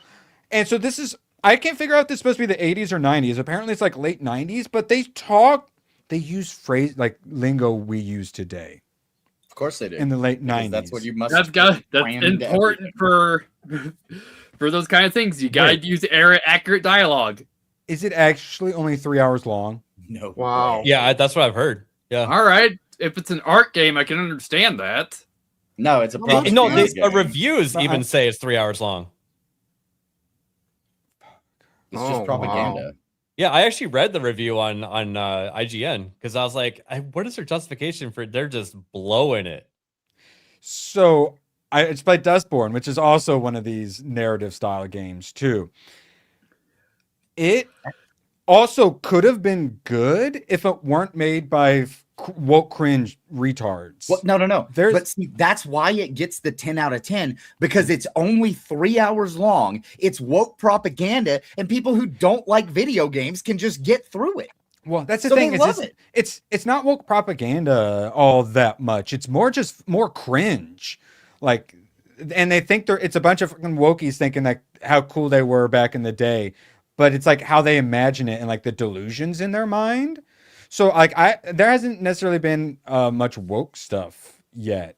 It's just been fucking cringe. Now I know it's got the LGBTQ tag. Also, anyone can put that there. So I haven't seen that shit. It's probably there, but I need to look into who's involved in the game development. Yeah. I threw woke mixtape is cringe as fuck, but I only threw woke in there because I have to for the YouTube algorithm. It's more cringe as fuck, but it's obviously like woke hipsters writing it. Yeah, and there's probably there's like woke things in it, but they're not like trying to like.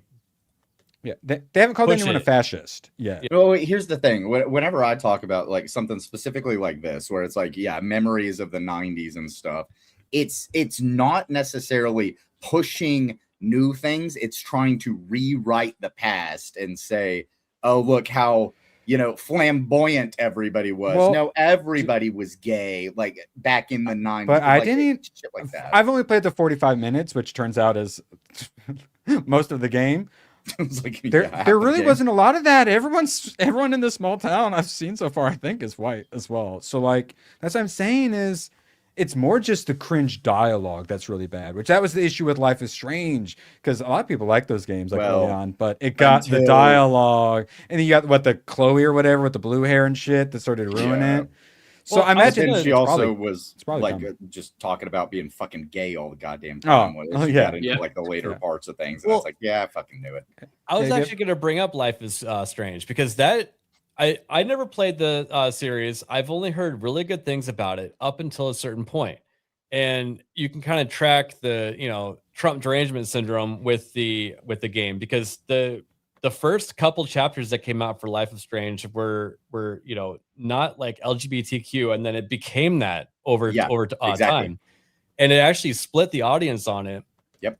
But the audience was already overwhelmingly like female, right? And I think that this game is actually geared towards those people. Yes. Oh, well, it's a narrative game. Yeah, narrative games are made for women. That's Anita. Yeah, all right. But Depression Quest, Zoe Quinn, and all that stuff. I actually, when I see this game though, it actually looks like it could be really good. And if they were to capture some of that old, Life is Strange type of stuff, then I think this would be a lot better received. This is one of those games where, like I said, she's like fucking nerdy, like Jewish loser kid, but she just like says fuck all the time. And like they add the cursing just to like, look how cool and edgy I am.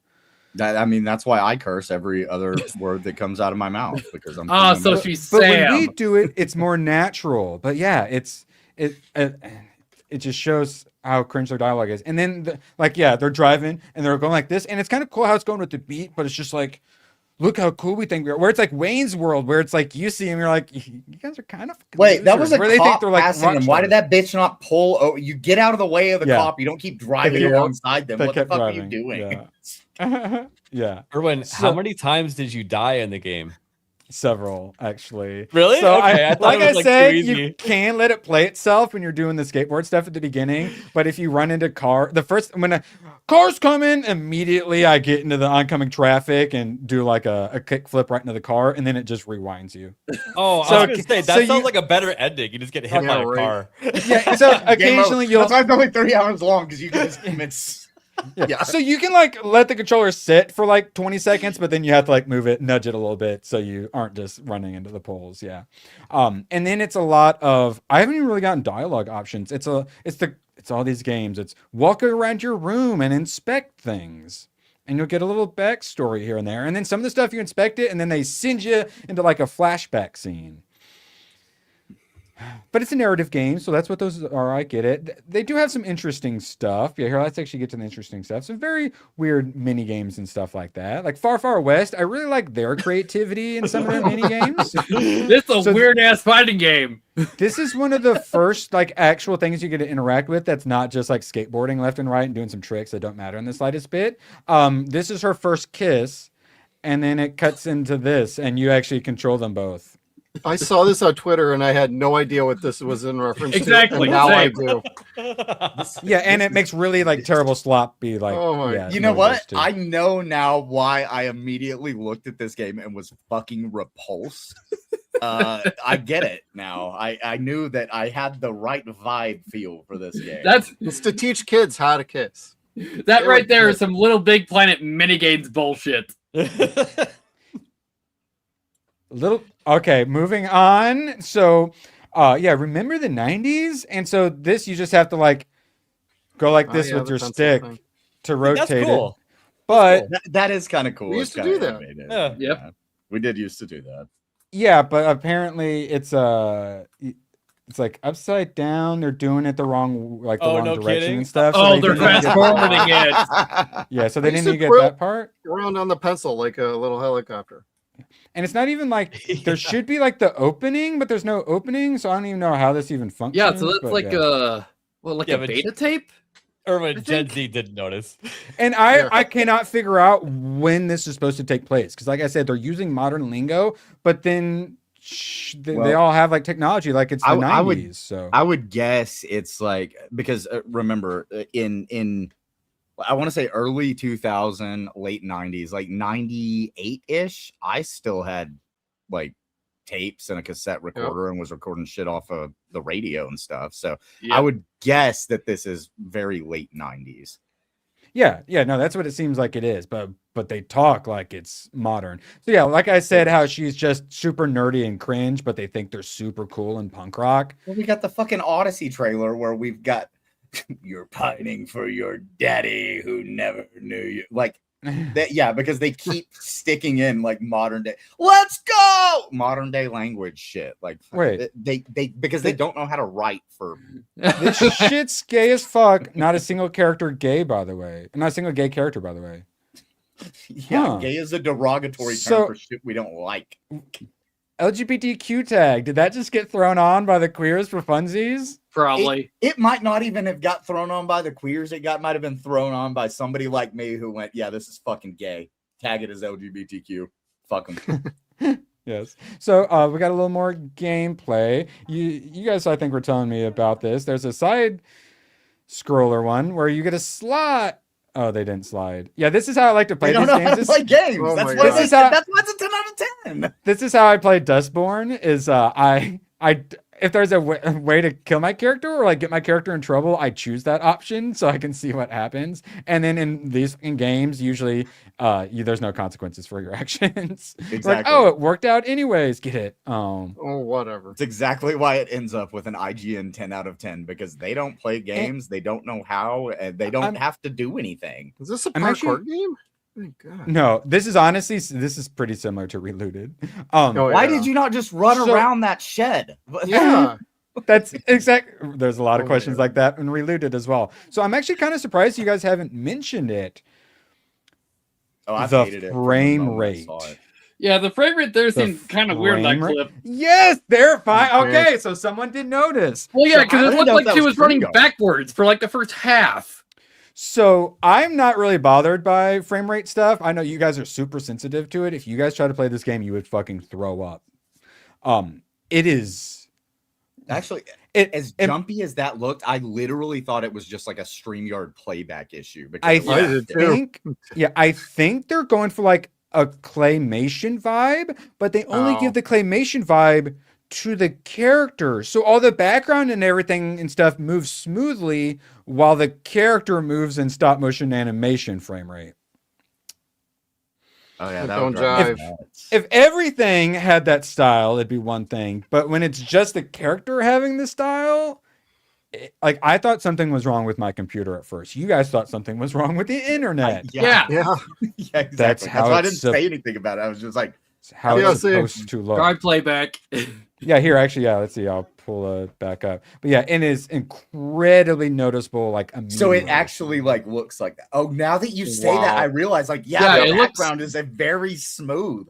Holy shit! I thought it was like running poorly, but then I looked and everything else was running fine. I went, oh yeah, the character has interpolation on her. They're trying to do like a Tim Burton claymation style, but Yeah. it doesn't work. It doesn't work by adding that to the world. Also, Right. I think that's the issue.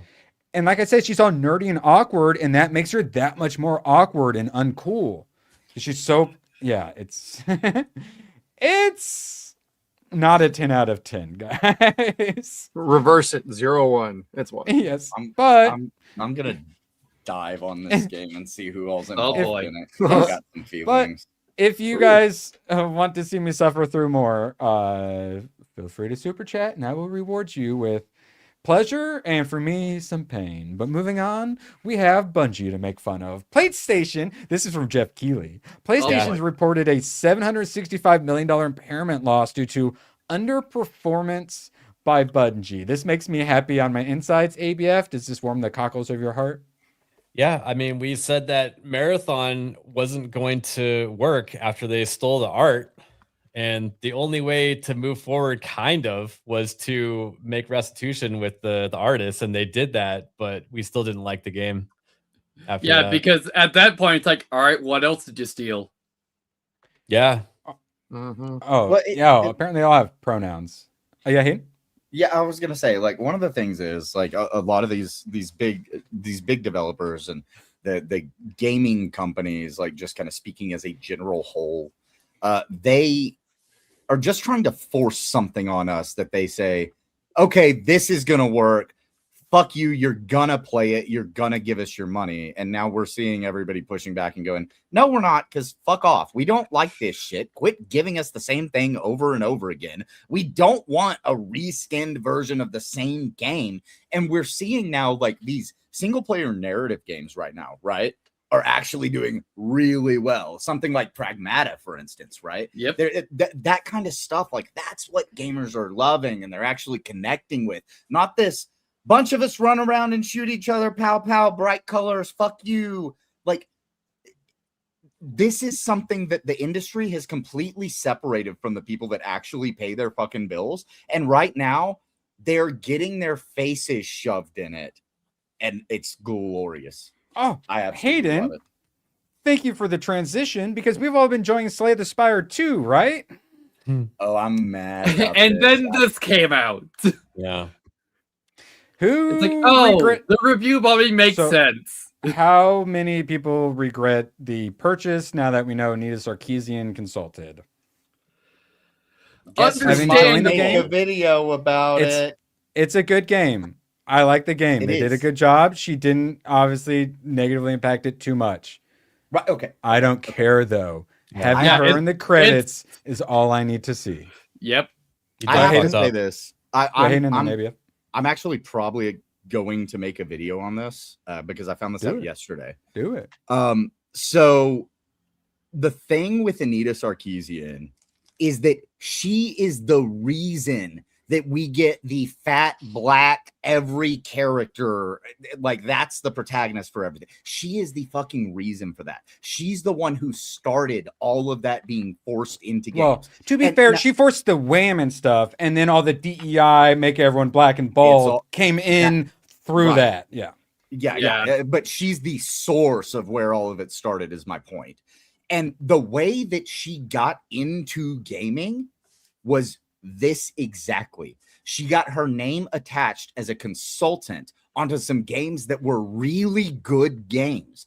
And we didn't know anything about her at the time. Oh my God, she's the Kathleen Kennedy of the gaming world. Yes, as she got her name attached to more and more good games, she eventually became a person that she was brought onto games as a good thing. And then she started forcing her agenda, because that's how Marxists operate. They operate in the shadows. They build up their credentials on things that are good.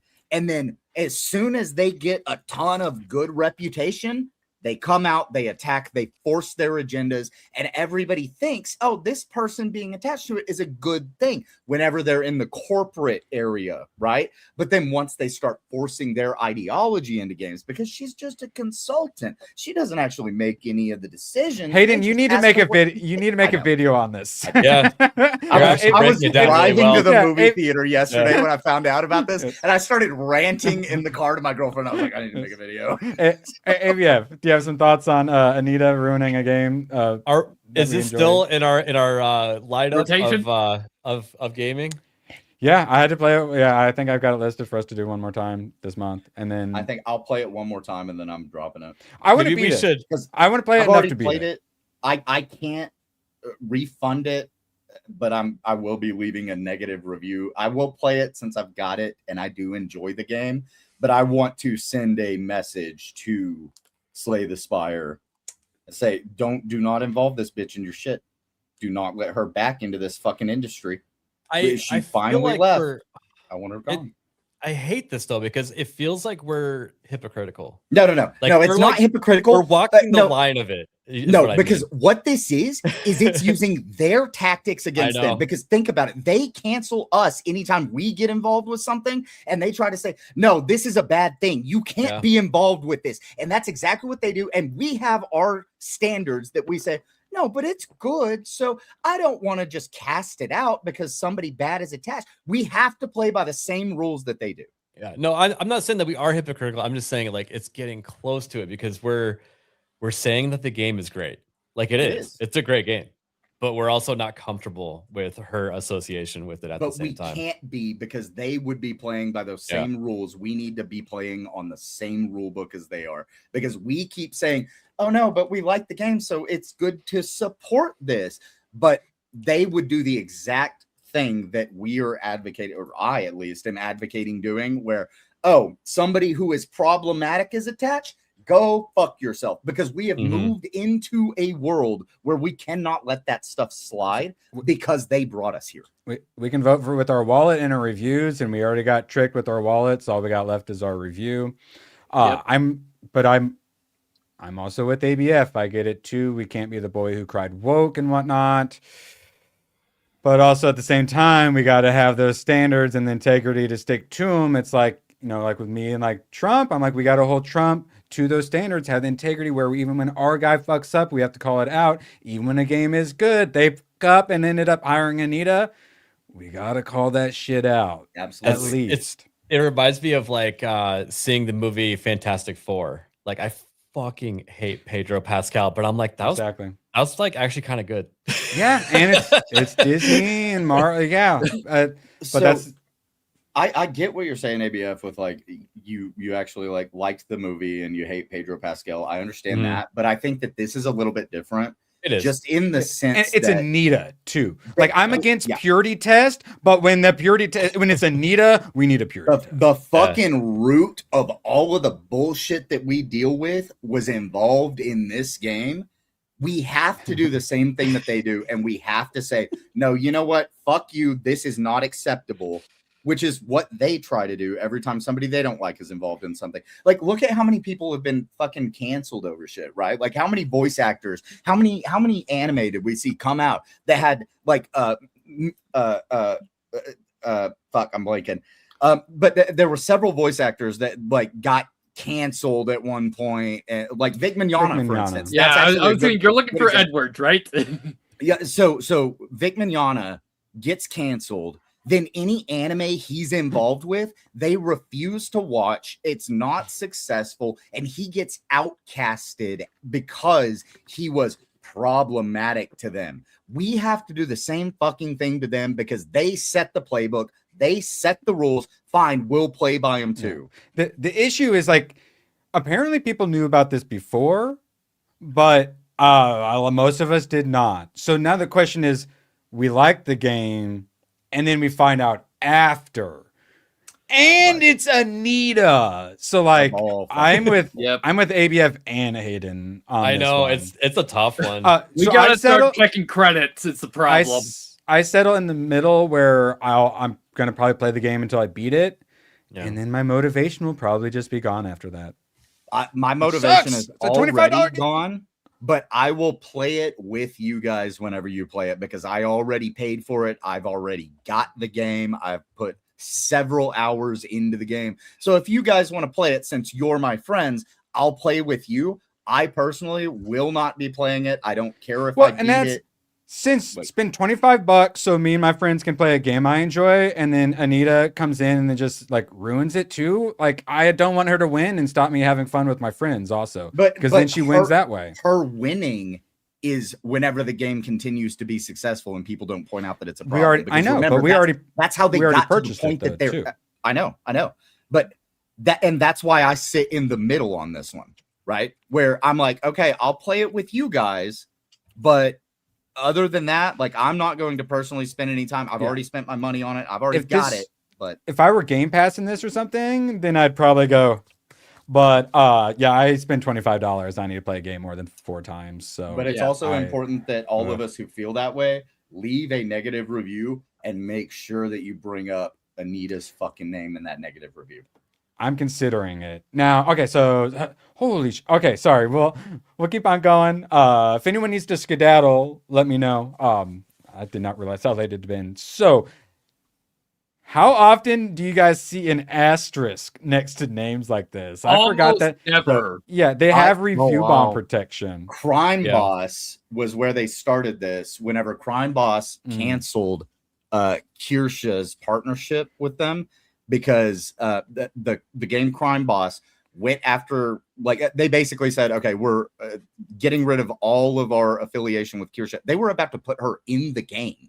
And she was giving them free advertising for years, finally got in touch with them, was partnered up with them. And then as soon as they dropped her audience, people like me, were the only people playing that fucking game anyway. So then we all went in and negatively reviewed it.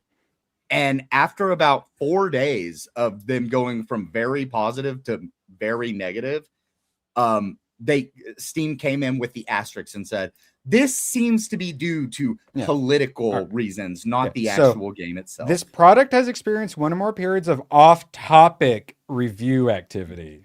Based on your preferences, the reviews within these periods have been excluded from this product's review score. So they took out the review bombing, and it's still at 35%. I do want to add one more thing too to that, because before this Anita stuff came up, it was already getting review bombed by out of country people, most likely Chinese, and for changing a certain mechanic in the game. I can't remember what it was exactly. So there was already that happening, and then this happened after that. So maybe when there's separate issues, they bring the asterisks into play, but also this is such a big game that maybe they would have just brought it into play for the one thing. Yeah, you kind of got to protect a little bit. Which, though, I would want Steam taking 30% cut. I don't have a problem on all of those reviews and leave them there for people to read. Is what I say. I feel like this is a decent way to handle it. Well, that's what it seems like. Is the setting is set to where I can't see them, but apparently I can go into the settings to where I can see them. So I like that. Except I would prefer the toggle be where I saw them and I have to toggle to not see them. Yep. Yeah. That'd be my only complaint with that. But I get why they do it. Because like imagine if I hadn't I need to look inward. Guess what? If I hadn't bought the game and I was going to buy it right now and I didn't know that Anita was involved and I go to look at the reviews and Steam has already removed all the reviews that say Anita is involved, and then I buy the game, I start playing it, and then I find out Anita's involved, and then I'm pissed off about it because Steam hid those reviews from me in the beginning. Like, don't hide that information from me. Maybe put a star and say, this doesn't necessarily reflect the gameplay. This seems to be an off-topic review. Then I can see that. But don't hide it from me in the beginning. So yeah, when I looked yesterday, only one popped up. But then when I just scrolled through, it wasn't there anymore. So I managed to see one get through. But yeah. All right, now moving on to greener pastures. ABF Bastion OS. This was a Tomac special. Shout out to him.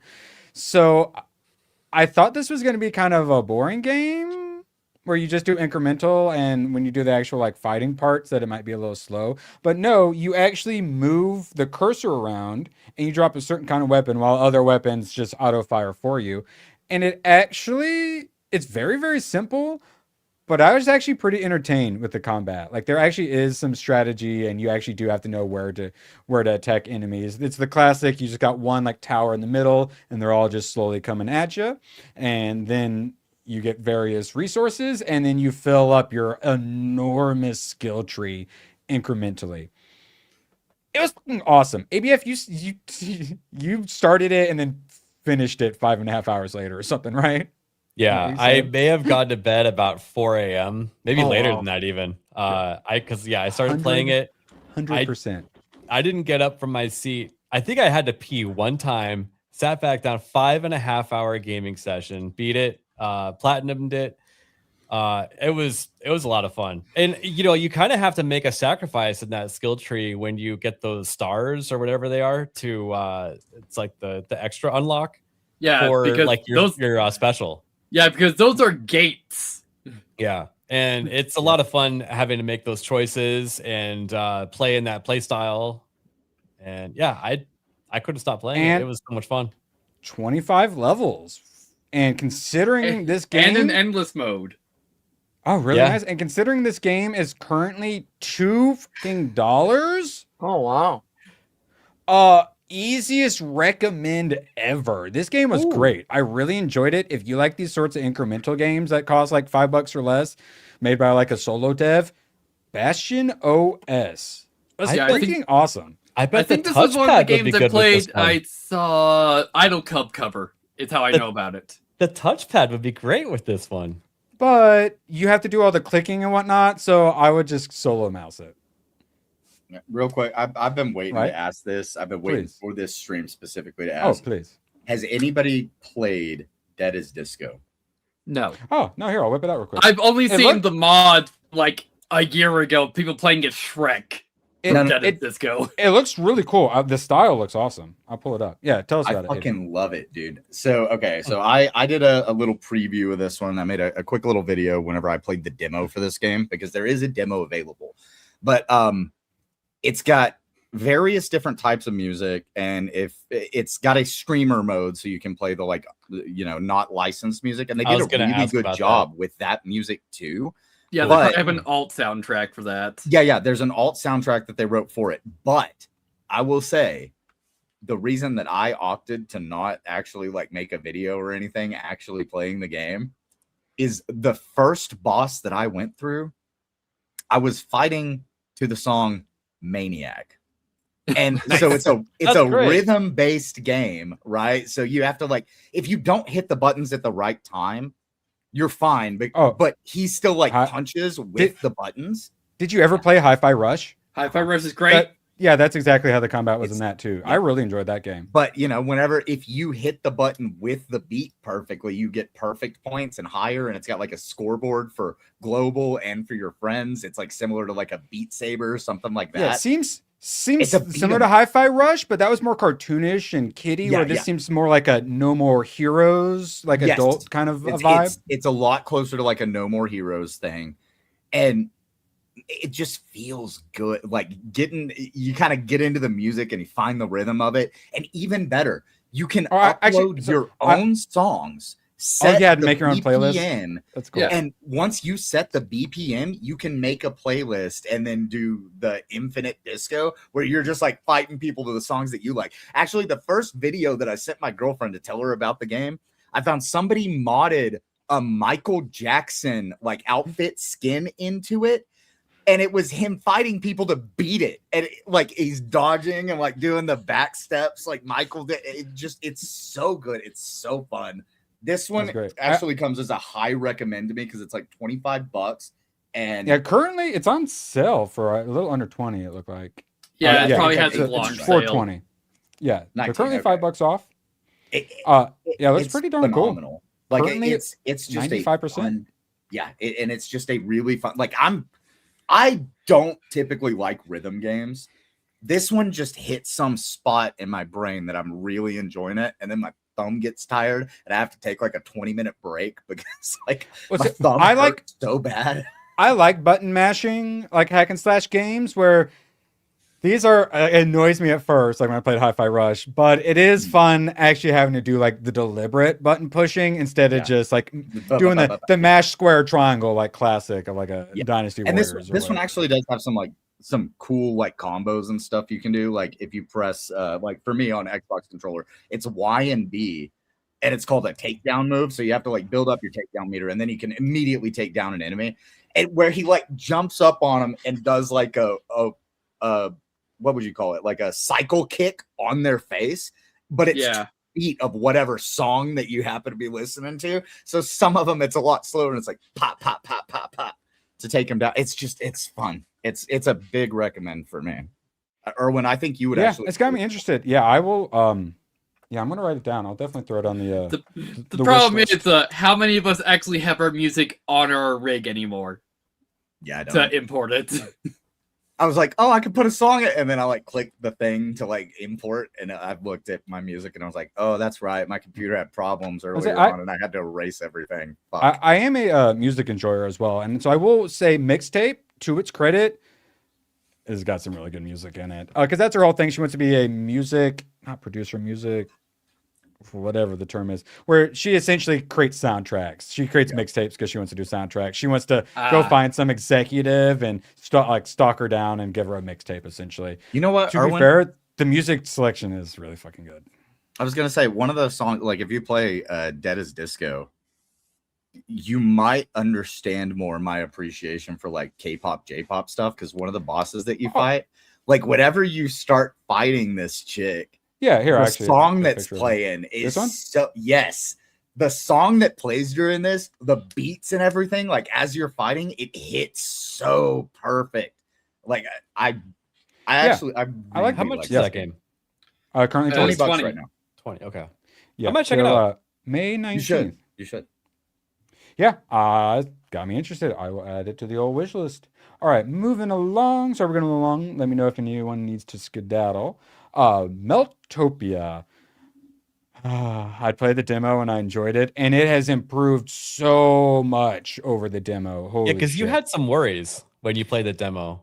It was sloppy. That is Hi, Tomac. It was sloppy. Considerably better now. Hey, Tomac. Currently, essentially $4. No way. Okay. I pay $4 for a digging game this good to beat it in like a day or two. This is gonna keep going for a while. I have so many upgrades still. Like I said, everything is still very basic, but some of these games I've played, it's actually pretty decent quality, especially for the price. And so instead of digging dirt with a shovel, you are melting snow with a flamethrower. That's a pretty creative way to dig still. You know what I mean? Yes. And I don't like doing the little digging. I prefer once you get your shovel to like a vacuum and it basically just starts at that vacuum phase. Yeah, which I mean, same thing. Yeah. And so then this is the Tesla gun. So then you get snow that's like super snow and looks all galactic. So you have to use the Tesla gun, which and then I showed you, I sent the picture to ABF. You eventually unlock a shovel. And you actually dig. It actually has a digging game with a shovel too. I'm buying it right now. Yeah, like it has fucking everything. So you get to new areas, and then like you use your fire to do this. It'll open new doors. Electric gun charges like Tesla. So it's very Metroidvania, since it has all these different like gatekeeps to where you go and then you unlock something, and then you have all these other places you can go, and you're like, which one do I go to first? And then eventually you go back to an area, and you're like, oh wait, I can blow that thing up, or oh wait, I have the thing for that now. So you got unlike new areas. So it's very Metroidvania in that area where you get gate-kept out from certain areas, but then once you get the proper upgrade, you get to come back to it, which is something I really like. They don't really do that in most of these digging games. So I'm really digging it. Oh my God. I'm really enjoying it and also digging it. You dig it! You're so funny. That was good. I like that. I did not mean to. In Meltopia, you literally can dig it as well. So yeah, I'm really enjoying the game. For all of you diggers out there, $4, easy recommend. Currently 89% with over 500 reviews. I like, and quite a few quality of life improvements over some of these other games too, which I like, because eventually Hey, I like your unintentional pun a lot. Sorry. Okay, well, sadly for anyone out there who wanted me, Hayden, have you changed your mind? Because just with the gifties you've sent so far, you could have me play another hour of Mixtape. Are you still happy to protect me, or have you changed your mind and would like me to suffer through some Mixtape? Come on, Hayden. Play Dead as Disco. Play Dead as Disco. Aww. Well. Okay, yeah, I mean, essentially, yeah, the gifties is gifting me the game, is what you're saying? Play some Dead as Disco? Yep, there you go. Yep. Okay, I am crossing off wish list and replacing it with buy. All right, yeah, no, that sounds like I said, it's in my wheelhouse 100%. I still think about Hi-Fi Rush sometimes, like genuinely. And then that's the one where like the studio got fucked over or whatever. Like when they got fucked over by Bethesda, I think. I think it was Bethesda, yeah. And they're one of the arguments that Microsoft Game Pass does kill game studios. Sadly. But Hayden clip. Be careful! All right, so I will. Okay, now, so if you're using it instead of to go -100, would it be fair if we just counted the 100 towards Dead as Disco and we didn't count the negative amount? Is that fair? Okay, let's see. Yeah. So then we'll be at. Okay. So I just to like put a point on it, in the middle of playing Crimson Desert. So we're like 54 away from an hour. In the middle of playing Crimson Desert, Windrose, Fragmata, the one that I jumped to and played for a ridiculous amount of hours in the middle of all of that is Dead as Disco. So I am evangelizing it. Like, I try it out. Hey, it sounds good. Like, because I saw you cover it in your video, and it definitely had me interested. So it was 54. What were we in? No, whatever. I'm 54. We'll say 46 away for an hour of Mixtape. Now, Meltopia, easy recommend. Shout out to Tomac. What the hell is Prime Monster, Tomac? Well, I saw this was released on Politics Day. It's like, all right, this be the time to give it to you specifically for that. Yeah, so I was like, ooh, politics game with monsters? This was a classic like Tomac, where it's first you're like, what? But then you look into it and you go, oh, actually, no, now I'm interested. And then you play it and you're like, oh, actually, no, this was a good recommendation. And Tomok, this is a good recommendation. Only thing is, like, I got to the first like boss character and I just got like butt blasted. So, I presumably it seemed like I was unlocking stuff. So it seems more rogue light to where more like a Balatro style where you unlock new things rather than having like it's like skill upgrades and stuff like that. So there's the different characters, and you are essentially debating. So I'll go and pause it. So you see like the 2 versus 9. There's some of these have like the gray around them. That means they're not voting. The green is you're voting for, and then you got like the reds. So essentially you're trying to have a bigger number than their number. So you do a combination of attacking them. This number right here, this 12, if they get to 12, then one of them will start voting for their side. Whereas you can attack them and take the number away. To where then if you you can get to where their side like is voting for you and stuff like that. So you've got cards that will do directly that, or you can either play them or you can turn them in for points, and then down here you can use your points to play some of your other cards. So there's quite a bit of strategizing. You have these cards versus playing these. You have a limited amount of those though. Some of the cards are a little risky to play because the judge will get mad at you. And then you have to decide whether or not to be attacking them to make them lose support, or if you're wanting to gain your support. And that's mostly the game right there. But there's quite a bit of strategy to it. I really enjoyed it. Did you actually have a chance to play it, Tomok? I have not played it myself. I believe I've seen Alexa and Gojo play this. It's quite funny, too. A lot of like political satire that I enjoyed. And then the character styles... I missed out on a bunch of it. But you start out as the orc, which is assuming it's pretty much you're playing red. Because it's just kill them. Literally, there's and your monsters. It's basically monster democracy, similar to my Monsters Guild manga that I read, where they try to create like democracy, but for monsters and stuff like that. So it's also a lot of like making fun of democracy and stuff like that. Yeah, because the orc's And job politics. is like, I'm getting the government to make sure we don't fucking do anything. Oh, yeah, this little fucker is the one that beat me. Yeah, Deputy Assistant Co-Head of Party Strategy, the Allied Goblin Tribes for the promotion of treachery, backstabbing, and goblins suck usurpation. fighting. Same hex marriage is what you're debating. There's different bills. Like the levels are different bills. So sometimes you have to like get them to vote for it, sometimes vote against it. You also your character has to keep their popularity up, so that way you don't get like thrown out of the leadership. So you can do things that are like really good, but it'll hurt your your voting reputation and stuff like that. So a bunch of stuff you have to manage, quite a bit of strategy. I enjoyed it up until I got to it probably determines what events are upcoming for what your voter base is at.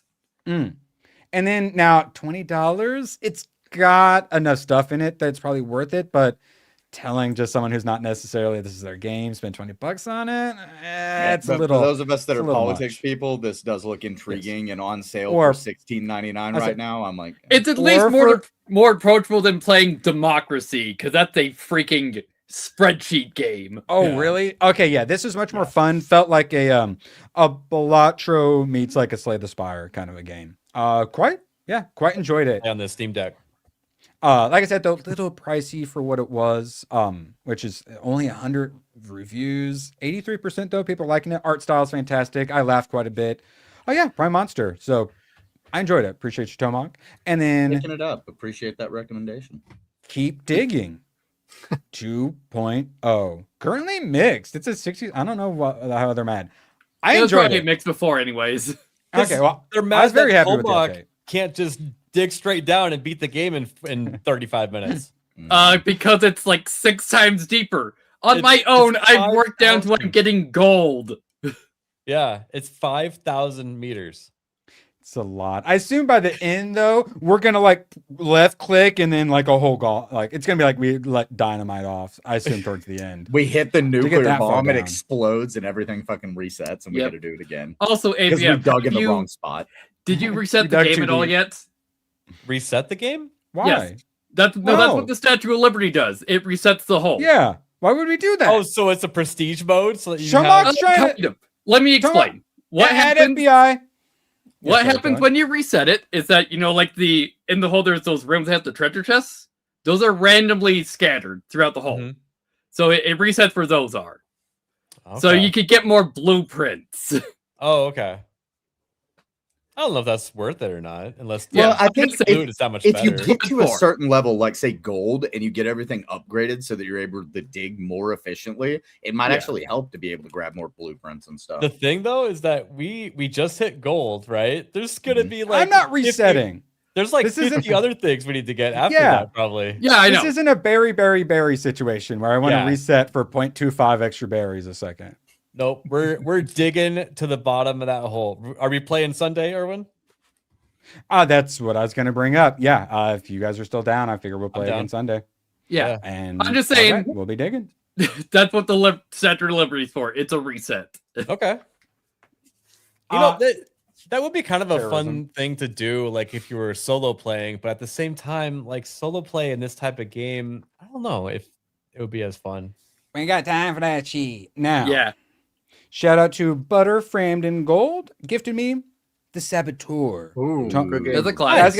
I was about to say, I bet Jeff and Tomac like this one. I Jeff? love this game. Oh. I've never personally played it, but I see it's 2004. All right, Yeah, Jeff, what's your thoughts on the Saboteur? Oh, it's been a long time, but I enjoyed the hell out of this game. Is this a remake then, or? Uh, Is the this- I think I that was thought a probably for PS2 game Steam. originally. No, that's when it came to came on Steam. Yeah. Okay. It's probably a port, and it's probably a good port. It is. seeing Yeah. good That's reviews my are. guess. From what I Yeah. understand, it's a Because that it's a looks way really better good than it port. should right now with those Yeah. screenshots. Mhm. So this play more like a Bond, like Hitman situation, So, or more? well, I think little it's a remaster. It plays a little bit like kind of a Hitman game or like a Red Faction game. Like Yeah, you've Red got Faction's a little bit better. Red Yeah, Faction, Siphon I think, is a Filter. really good comparison because it's like, Okay. yeah, you're going through, you're fighting and stuff, but it's better for you to take a little bit more of a stealthy approach to some of this stuff. But I don't have to. You don't have You to. don't have to. Absolutely not. Okay. Okay. You can go in there and just fling the bombs around rather than sneak up and plant them where they're supposed to go, and then You you can fight go your way crazy. out. Yeah. I like that. Mercenaries. Oh, yeah. Mm. It's There you very go. similar to the Mercenaries games. Like, yeah, Excellent. it's a lot of fun. All right. Well, shout out to Butter, and then shout out to Nyat. I told him about Meltopia last night with Snow, and he was like, "What's that game with the?" And then someone said Frostpunk, and then a minute later, he gifted me Frostpunk because currently it's $10 for Game of the Year bundle. So, Get Hope you like ready hard to be decisions. ridiculously mad at something that you did 15 fucking minutes ago. oh, Yeah, I have to suffer the consequences of my actions. I don't like that. And yet, Yeah. Well, Yeah, so it's a city builder. you play different scenarios, and you'll quickly realize that you have to reset and to approach again from a different angle using different policies, and you will have to make some choices to where you're like, I wouldn't want this in my own government, but we have to do this to survive. Yep. Yeah. oh, I'm fine making some tough decisions Yeah. as long as other people have to suffer, not me. Yeah. Exactly. Oh, no, you will have to. suffer. Everybody And that's suffers what I there. mean. You'll be like, Oh. 15 minutes ago, I chose the wrong one. Now I need to fucking restart because I just fucked up everything. It's a great game though. It is. When I'm It like, is a when, fantastic game. when I make a choice, that's just me like, that'd be funny to be an asshole. And then the game's like, we'll remember this and this will be important later. I'm like, Keep in Can I just mind, be an they asshole doubled without- down on this in Frostpunk 2 because it's They even did. worse decisions. oh, really? Like one of the first decisions you have to do is what is it, like triage versus something else? Basically, do you want to keep the people that are dying alive and try to keep them going, or do you want to triage it and just get rid of their ailment or get rid of them? Oh, Yep. no. Shouldn't have gotten sick, guys. Get good. Bye. Well, and then you realize that Eating the you. reason they got sick was because you didn't have enough heat. And now you've chosen the wrong thing because you're running out of people and you're down to 3 people. left Hayden, in your I will population. not put up with the subversion. We're eating you next, okay? You are And that's actually one of the destroying- decisions you get to make is do you You're want to eat the people destroying that died? the social They cohesion don't have right enough now. workers for your city. Is there a way to eat Hayden and have him work still? I don't know if you can eat people in Frostpunk. I Is thought there that was one of the necromancy? decisions was that like you could cannibalize the people that died. Yeah, there's definitely a negative to go with that, right? Yeah. Yeah. Oh yeah. Because it brings everybody's like morale down because they're Yeah, oh, eating yeah. the other people that died. Like Yeah. yeah. Yeah, so it sounds like I'm gonna make some tough decisions, and they're gonna be very brutal. And then for some reason, they're gonna overthrow me and put my head on a spike on the front gates. But I don't know if there's they'll any miss me. overthrowing, but you definitely have to meet the scenario requirements of like get a certain amount of people or make it to a certain amount of time. It's a lot of fun. Your city has to fight for 10 years. Excellent. Well, I'll make sure to check that out. And ABF, how'd you enjoy your playthrough of Pragmata last night? I really enjoyed it. Yeah, I already said on stream I plan on completing the entire game on stream. Yay. Did you actually beat like your first run? No, I think I just got into area 4. Okay. Section 4. So I've made it to the lunar mines. Same. And I'm afraid to go any further because I don't want the game to end. So I just keep going back to the beginning areas and re-farming all of the like the mats to like just keep upgrading everything. I talked about that. I think in the original script, or maybe it made it into the video where essentially you will try to 100% the game to prolong the inevitable at the end. Yeah, I know. I so a lot of people, they've like played through it and then they go back through and go find everything. And I'm like, no, I just want to find everything now because I don't want to get to the end because I know this is going to make me sad. Like, I don't want that. I just want to keep going back and doing things. Like Hayden, like I didn't cry like towards the end of the game, but like I felt like if I wasn't dead inside, I'd probably you're gonna fucking cry. I know I'm gonna cry. You're gonna be crying multiple times probably towards the end. That's the thing, and that's one of the things that my girlfriend and I were talking about last night when we watched Michael, and I actually started crying. She goes, "You've got such a like soft spot for kids," and I'm like, "Yeah." Anytime kids are involved, like I love kids, and like I can't handle when like kids are in bad situations or there's like something wrong or like, and I know that the way that this game is going, it's doing that thing where it's like, we're gonna wrap you around our finger and then we're gonna fucking yank it out from under you, and I'm like, don't do that to me. So it's gonna make me very sad, so I just keep going back and playing the first 2-3 areas. So I actually managed to get Adobe to make a good green screen of her dance. So I actually have a green screen of her dancing now. It makes me really perfect. I'm going to put it everywhere. Yeah, wait, is that a $60 game, would you say? Because I've been really thinking about getting it, but I don't like painful price on games these days. It's expensive. It's 60 and it's short, as I'm going to say in my review. That's literally my only complaint. Yeah, especially a lot of us who are busier. Yeah, I like that as a 15-hour game. It's worth it, Jeff. I don't want a 50-hour game.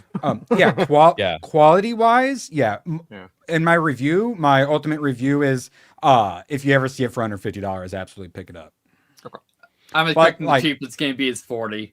But for you, I'd probably go ahead and snag it. I think it's worth it. But if you're gonna play it, I would do it now-ish while others are still playing it, because you're gonna want like to talk about it and share it with others. So. Yeah, that's true. And I'm doing my best to get my video knocked out. Well, my wife's like, Crimson Desert or Pragmata. Pick a game and stop bothering me. Pragmata. Beat that, and then then spend 1,000 hours. You can always go back and pick up Crimson Desert, and you'll have the same amount of fun with it. It's the same story, it's the same world, it's the same exploration. Like that's why I was able to I love Crimson Desert, and I put it on the back burner, being like 200 something hours in now to play Pragmata and play some of these other games, knowing that as soon as I just want something to do, I can just jump right back into Crimson Desert. And that's one of those games where you can jump in, do and be like, fuck it, I'm just gonna walk this way, and go play the game for as long as you can. You'll find something, and then you can just stop playing it and pick it back up whenever you want to. Whereas Pragmata, since it is kind of in the zeitgeist right now, this is also a game that does a really good job of striking people's emotions, and that's why we like to talk about it, right? So while that's in the zeitgeist and everybody's getting the same emotional hits, it's now would be the time to play it, honestly. Yeah, cool. Easy recommend. All right, we got one more tab, but I forgot I did. This is so we're checking this. Is this AI, do you guys think, or do you think this is real? It's real. Like, AI. it feels like AI, but like, look, the fingers like cover the lens at the beginning. I don't think that's AI. I think those are C's. Yes, not AI cups. Yeah. So I think it's real, AI, but I don't trust anything anymore. Yeah, Hayden, I don't know. Right here at the beginning, where watch how like her hair moves and the way she looks at the camera, it's not quite natural. Like it seems natural to me. See that? Like that's not. It doesn't look AI to me at all. I know, but dude, Dragonwise keeps sending me all these AI Asian bitches, and now I don't trust any of them now. AI's feed, or Dragonwise's feed is filled with AI bitches. That's AI. Now this feels real. Huh. All right. It's real to me, okay? Sorry. I just want to get that final tab out of here. All right, and then yeah, we got one last tab. 50 away if you want me to play some Mixtape, or if you rather me play Hayden games like Dead as Disco. We also have Motor Slice. This had Hayden Tomac written all over it. Tomac, I think, sent me this a while ago. It's like Chainsaw Woman meets Shadow of the Colossus. Am I wrong, or does that sound right, Hayden? Yeah. So what this game is it's very action platformer, right? So it's very much about like kind of parkouring around the environment, and then whenever you get to some enemies, some of them you slice through real quick. Some of them take a little bit more time to fight. There's like certain, like, we all hate yellow paint, orange paint, shit like that. And in this game, they actually do it to like guide you along, like, hey, right here, you can use your chainsaw as rather than like climbing up that. If there was an orange spot there, you can just ride your chainsaw up to the top. And like that. That looks fun. It's a lot of fun. Like I really enjoyed the demo for the like maybe 45 minutes that I played it. The animation seemed really good too. Oh yeah, it looks great. Like, yeah, that dude shoots a saw blade and she just hits it and then hits it like to block it and then hits it again right back at him. Yeah, that's the first parry that you're taught how to do. Because if you miss that, you're dead. Oh wait, she was just an whole excavator? Yep, you can just parry things that are unfucking believable. It's a very anime action platform. Yeah, I streamed this for like 4 hours a day. Came out. Don't you hate it when an Earth mover just attacks you for no reason? I know. I didn't do nothing. That's the thing. All the machines are just mad at you. Are they? Like, is that what it is? No, the story is that P, which is the name of the girl, she is sent to this area to just kill all the machines. Oh, okay. All the clan there you go. Got it. There's your basic starting story. Go kill all the machines that are crazy and killing everything. Bye. How's the post? AVF, is this for or against me playing Mixtape for another hour? Which one makes you play more Mixtape? Because you were enjoying it, right? Looks like I got another hour of Mixtape to play along with my Dennis Disco. Perfect. Well, that should help you finish the game out. Mixtape. And an hour and 45. Yeah, I'll basically have played half the game by the end of this thing. Might have been beating it. ABF 69 nice, 69 nice. We all know where the Big Apple is, but does anyone know where the Minneapolis is? How have I never heard that? Minneapolis. Perfect. Minneapolis. Okay, Minneapolis. No, Minneapolis. Okay, that was excellent. ABF for 69. Still, like, you ask Grok for a dad joke and it tells you the same 2 dad jokes over and over. I don't know how he does it, guys. I don't know. I've asked him. He won't tell me. The last time I asked him how he gets his dad jokes, he threatened me. He made me wait. Did you guys hear Nick Fuentes, Dan Bilzerian? Are you guys anti-Semitic enough for that? Never mind. What? No. Never mind. No, we'll talk about it Tuesday. Did you see my post about Grok? Really quick, Erwin. I asked Grok the 3 fingers. Put up 3 fingers for number 3 episode of Pragmata. He holds up 2, and I was like, "Can you also have Diana hold up 3 fingers?" And she's holding up 4. And you go and you ask Brock how many fingers each one's holding, and he says 3, and you're like, No, that's not how many they're holding up.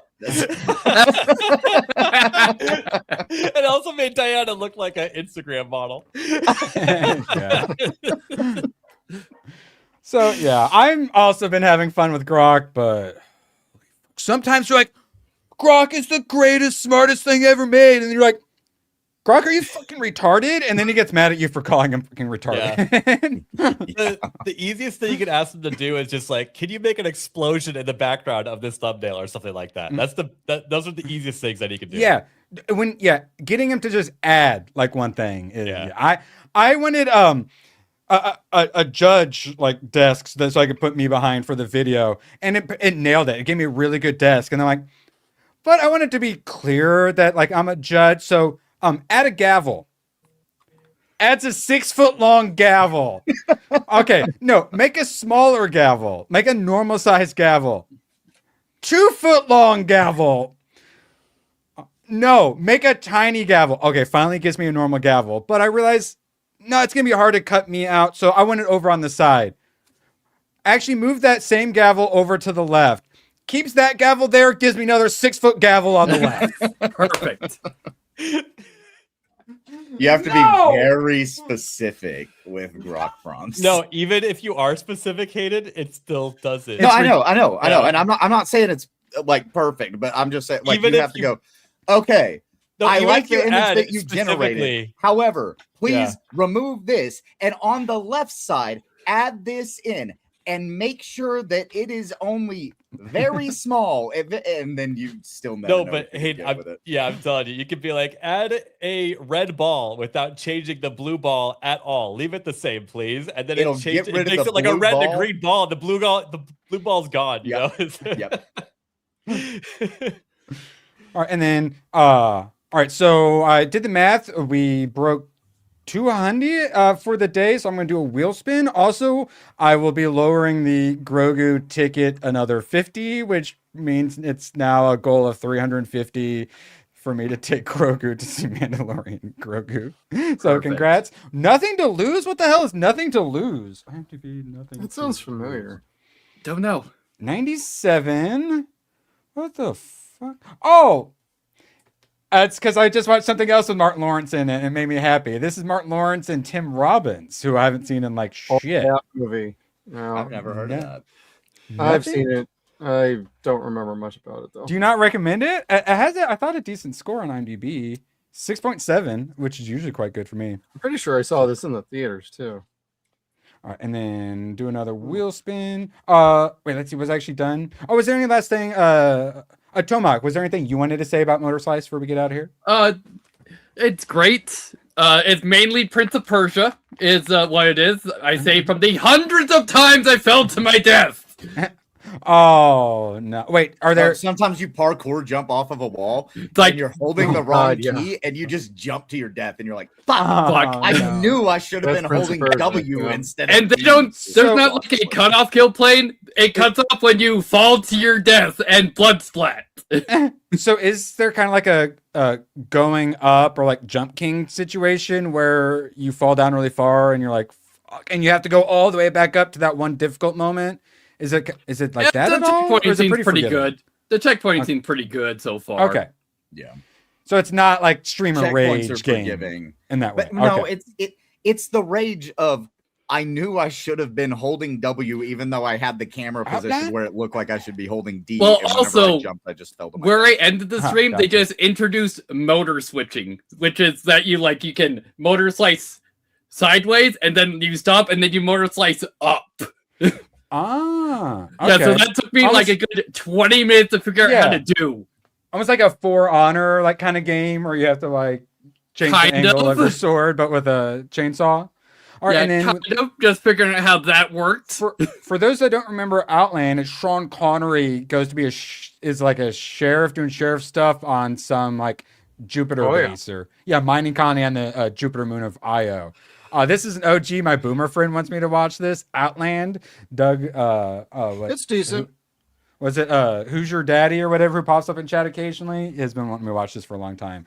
Nothing to Lose. Nightcrawler, which I'm trying to watch more Jake Gyllenhaal movies. That's the one where he's like kind of like like not an ambulance chaser, that's lawyers, but basically he's always trying to be first on the scene to get pictures. First responder, not first responder then. Well, it kind of more like Spider-Man situation where he's selling First photographs responder to journalist newspapers. Yeah, but then he gets somewhere a little too early, and then I think gets caught up in like a conspiracy or something like that. So yeah, Nothing to Lose, which Martin Lawrence, Tim Robbins, and then Nightcrawler or Outland with Sean Connery. All right, awesome. And then yeah, like I said, we are. Since we broke 200, I'll lower down to 350, and then if we break enough and we don't quite reach it, I'll keep lowering that Mando and Grogu goal down. We've got to like the 21st or something when I see it. I mean, I would hate to hug Grogu while I saw that. So appreciate you all. Make sure you get your votes in. ABF, where can people find you? Let's see. Might do some game streaming tonight. Some more Pragmata. Oh, really? Nice. Yeah, and tomorrow. Keep digging. How many meters we're gonna get to? Hopefully past 1,000. We'll find out. Maybe I'll actually be able to join this time. And off the hip on Monday, we have Kratos on. He's starting a new gaming channel called I think it was like something Blind Spot. He wants to bring people on that don't know about a game and have them play a little bit of it and get their take on it. Kind of interesting concept. There you go. If he's got a girlfriend, my girlfriend played such and such, she played weird is definitely a meta. So I do enjoy that video because every video is and why we're no longer together. Beautiful. Jefferson, what you got coming up for your streams? We do a little live stream tonight, pop culture, horror, science fiction, Deadwire Live, but every Thursdays are Stargate nights, Tuesdays are movie nights. We got Deathstalker coming up on Tuesday. And season 7 for Stargate SG-1 for everybody else. Deathstalker like B horror movie, or why do I recognize that? All right, Deathstalker. Not sure. Is that one that should be on the wheel? Yeah, the first one's the only good one from the old days. Not the 2020, the 1983 Deathstalker. Oh, okay. Yeah, now I know why. The cover. Oh, very easy to remember. All right, Deathstalker. I'll go and throw that on the wheel. You got anything else?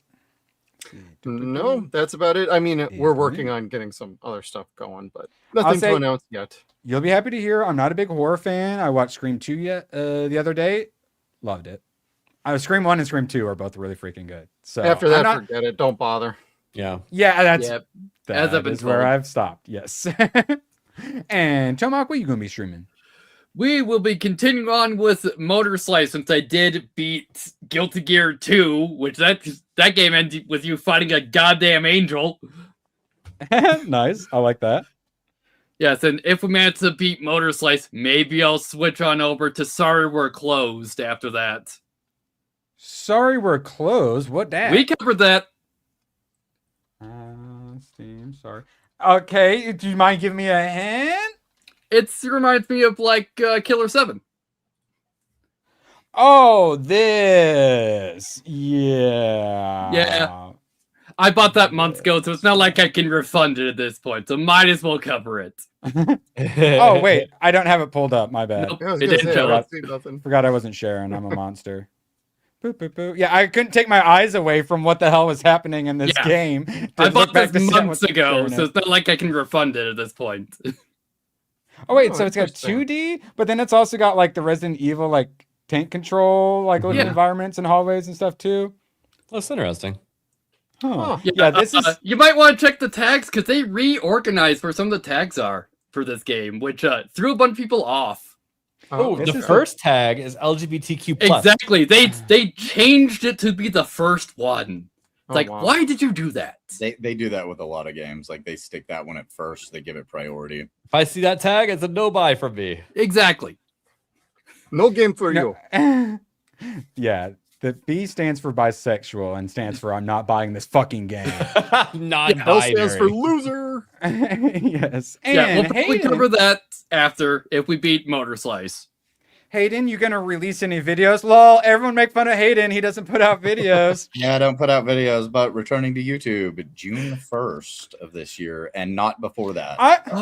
Some kind of video I need to put out. I forgot I recorded that. The fact that you're doing this like a fucking VTuber debut is hilarious and I love it. Yeah, June 1st, I'm about to start having 2 weeks off of work at a time instead of 1 week. And There I you figure, what else do I have to do? I might as well start making YouTube videos. So I'll do it then and only then. And that's what Beautiful. Perfect. Awesome. And then, yeah, obviously, check us out tomorrow. Me, ABF, and Badger will be hanging out tomorrow. And then later that night, we'll be doing some Keep Digging. And I'll, ABF, when are you going to be streaming Pragmata? I want to watch. Sometime this evening. So maybe like around 7 or 8 my time. So 11 Eastern. 9. Yeah, 9, 10, probably 10-ish. All right, awesome. I want to check that out because, yes, hard at work on that Pragmata video. I really want to get it out next Saturday.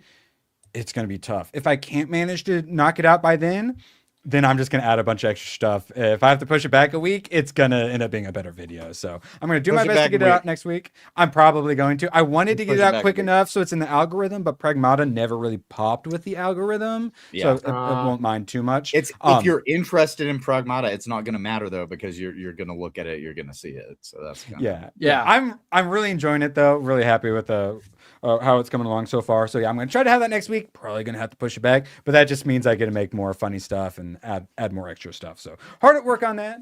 Appreciate you all. That I could not make these videos without you guys for sure. Appreciate you all. How do I do this? I know, right? Bye everybody. Wave guys, wave. And thanks for all the fish. Oh, the camera's on. The camera's been on the whole time, huh? I don't even know. Hello. Screw you guys. I'm going home. Good, then get the hell out of my life. Who needs you? Beat it. Leave me alone. I needed to get rid of the human garbage, otherwise known as my best friends. Come on. Bonnie, how do you keep getting back in? Well. Bye. If we're not back by dawn, call the president. Thanks for all the support. Couldn't do this without you guys, and we will see you later. Is that how I normally do it? If you survive, please come again. I don't know. Bye, everybody.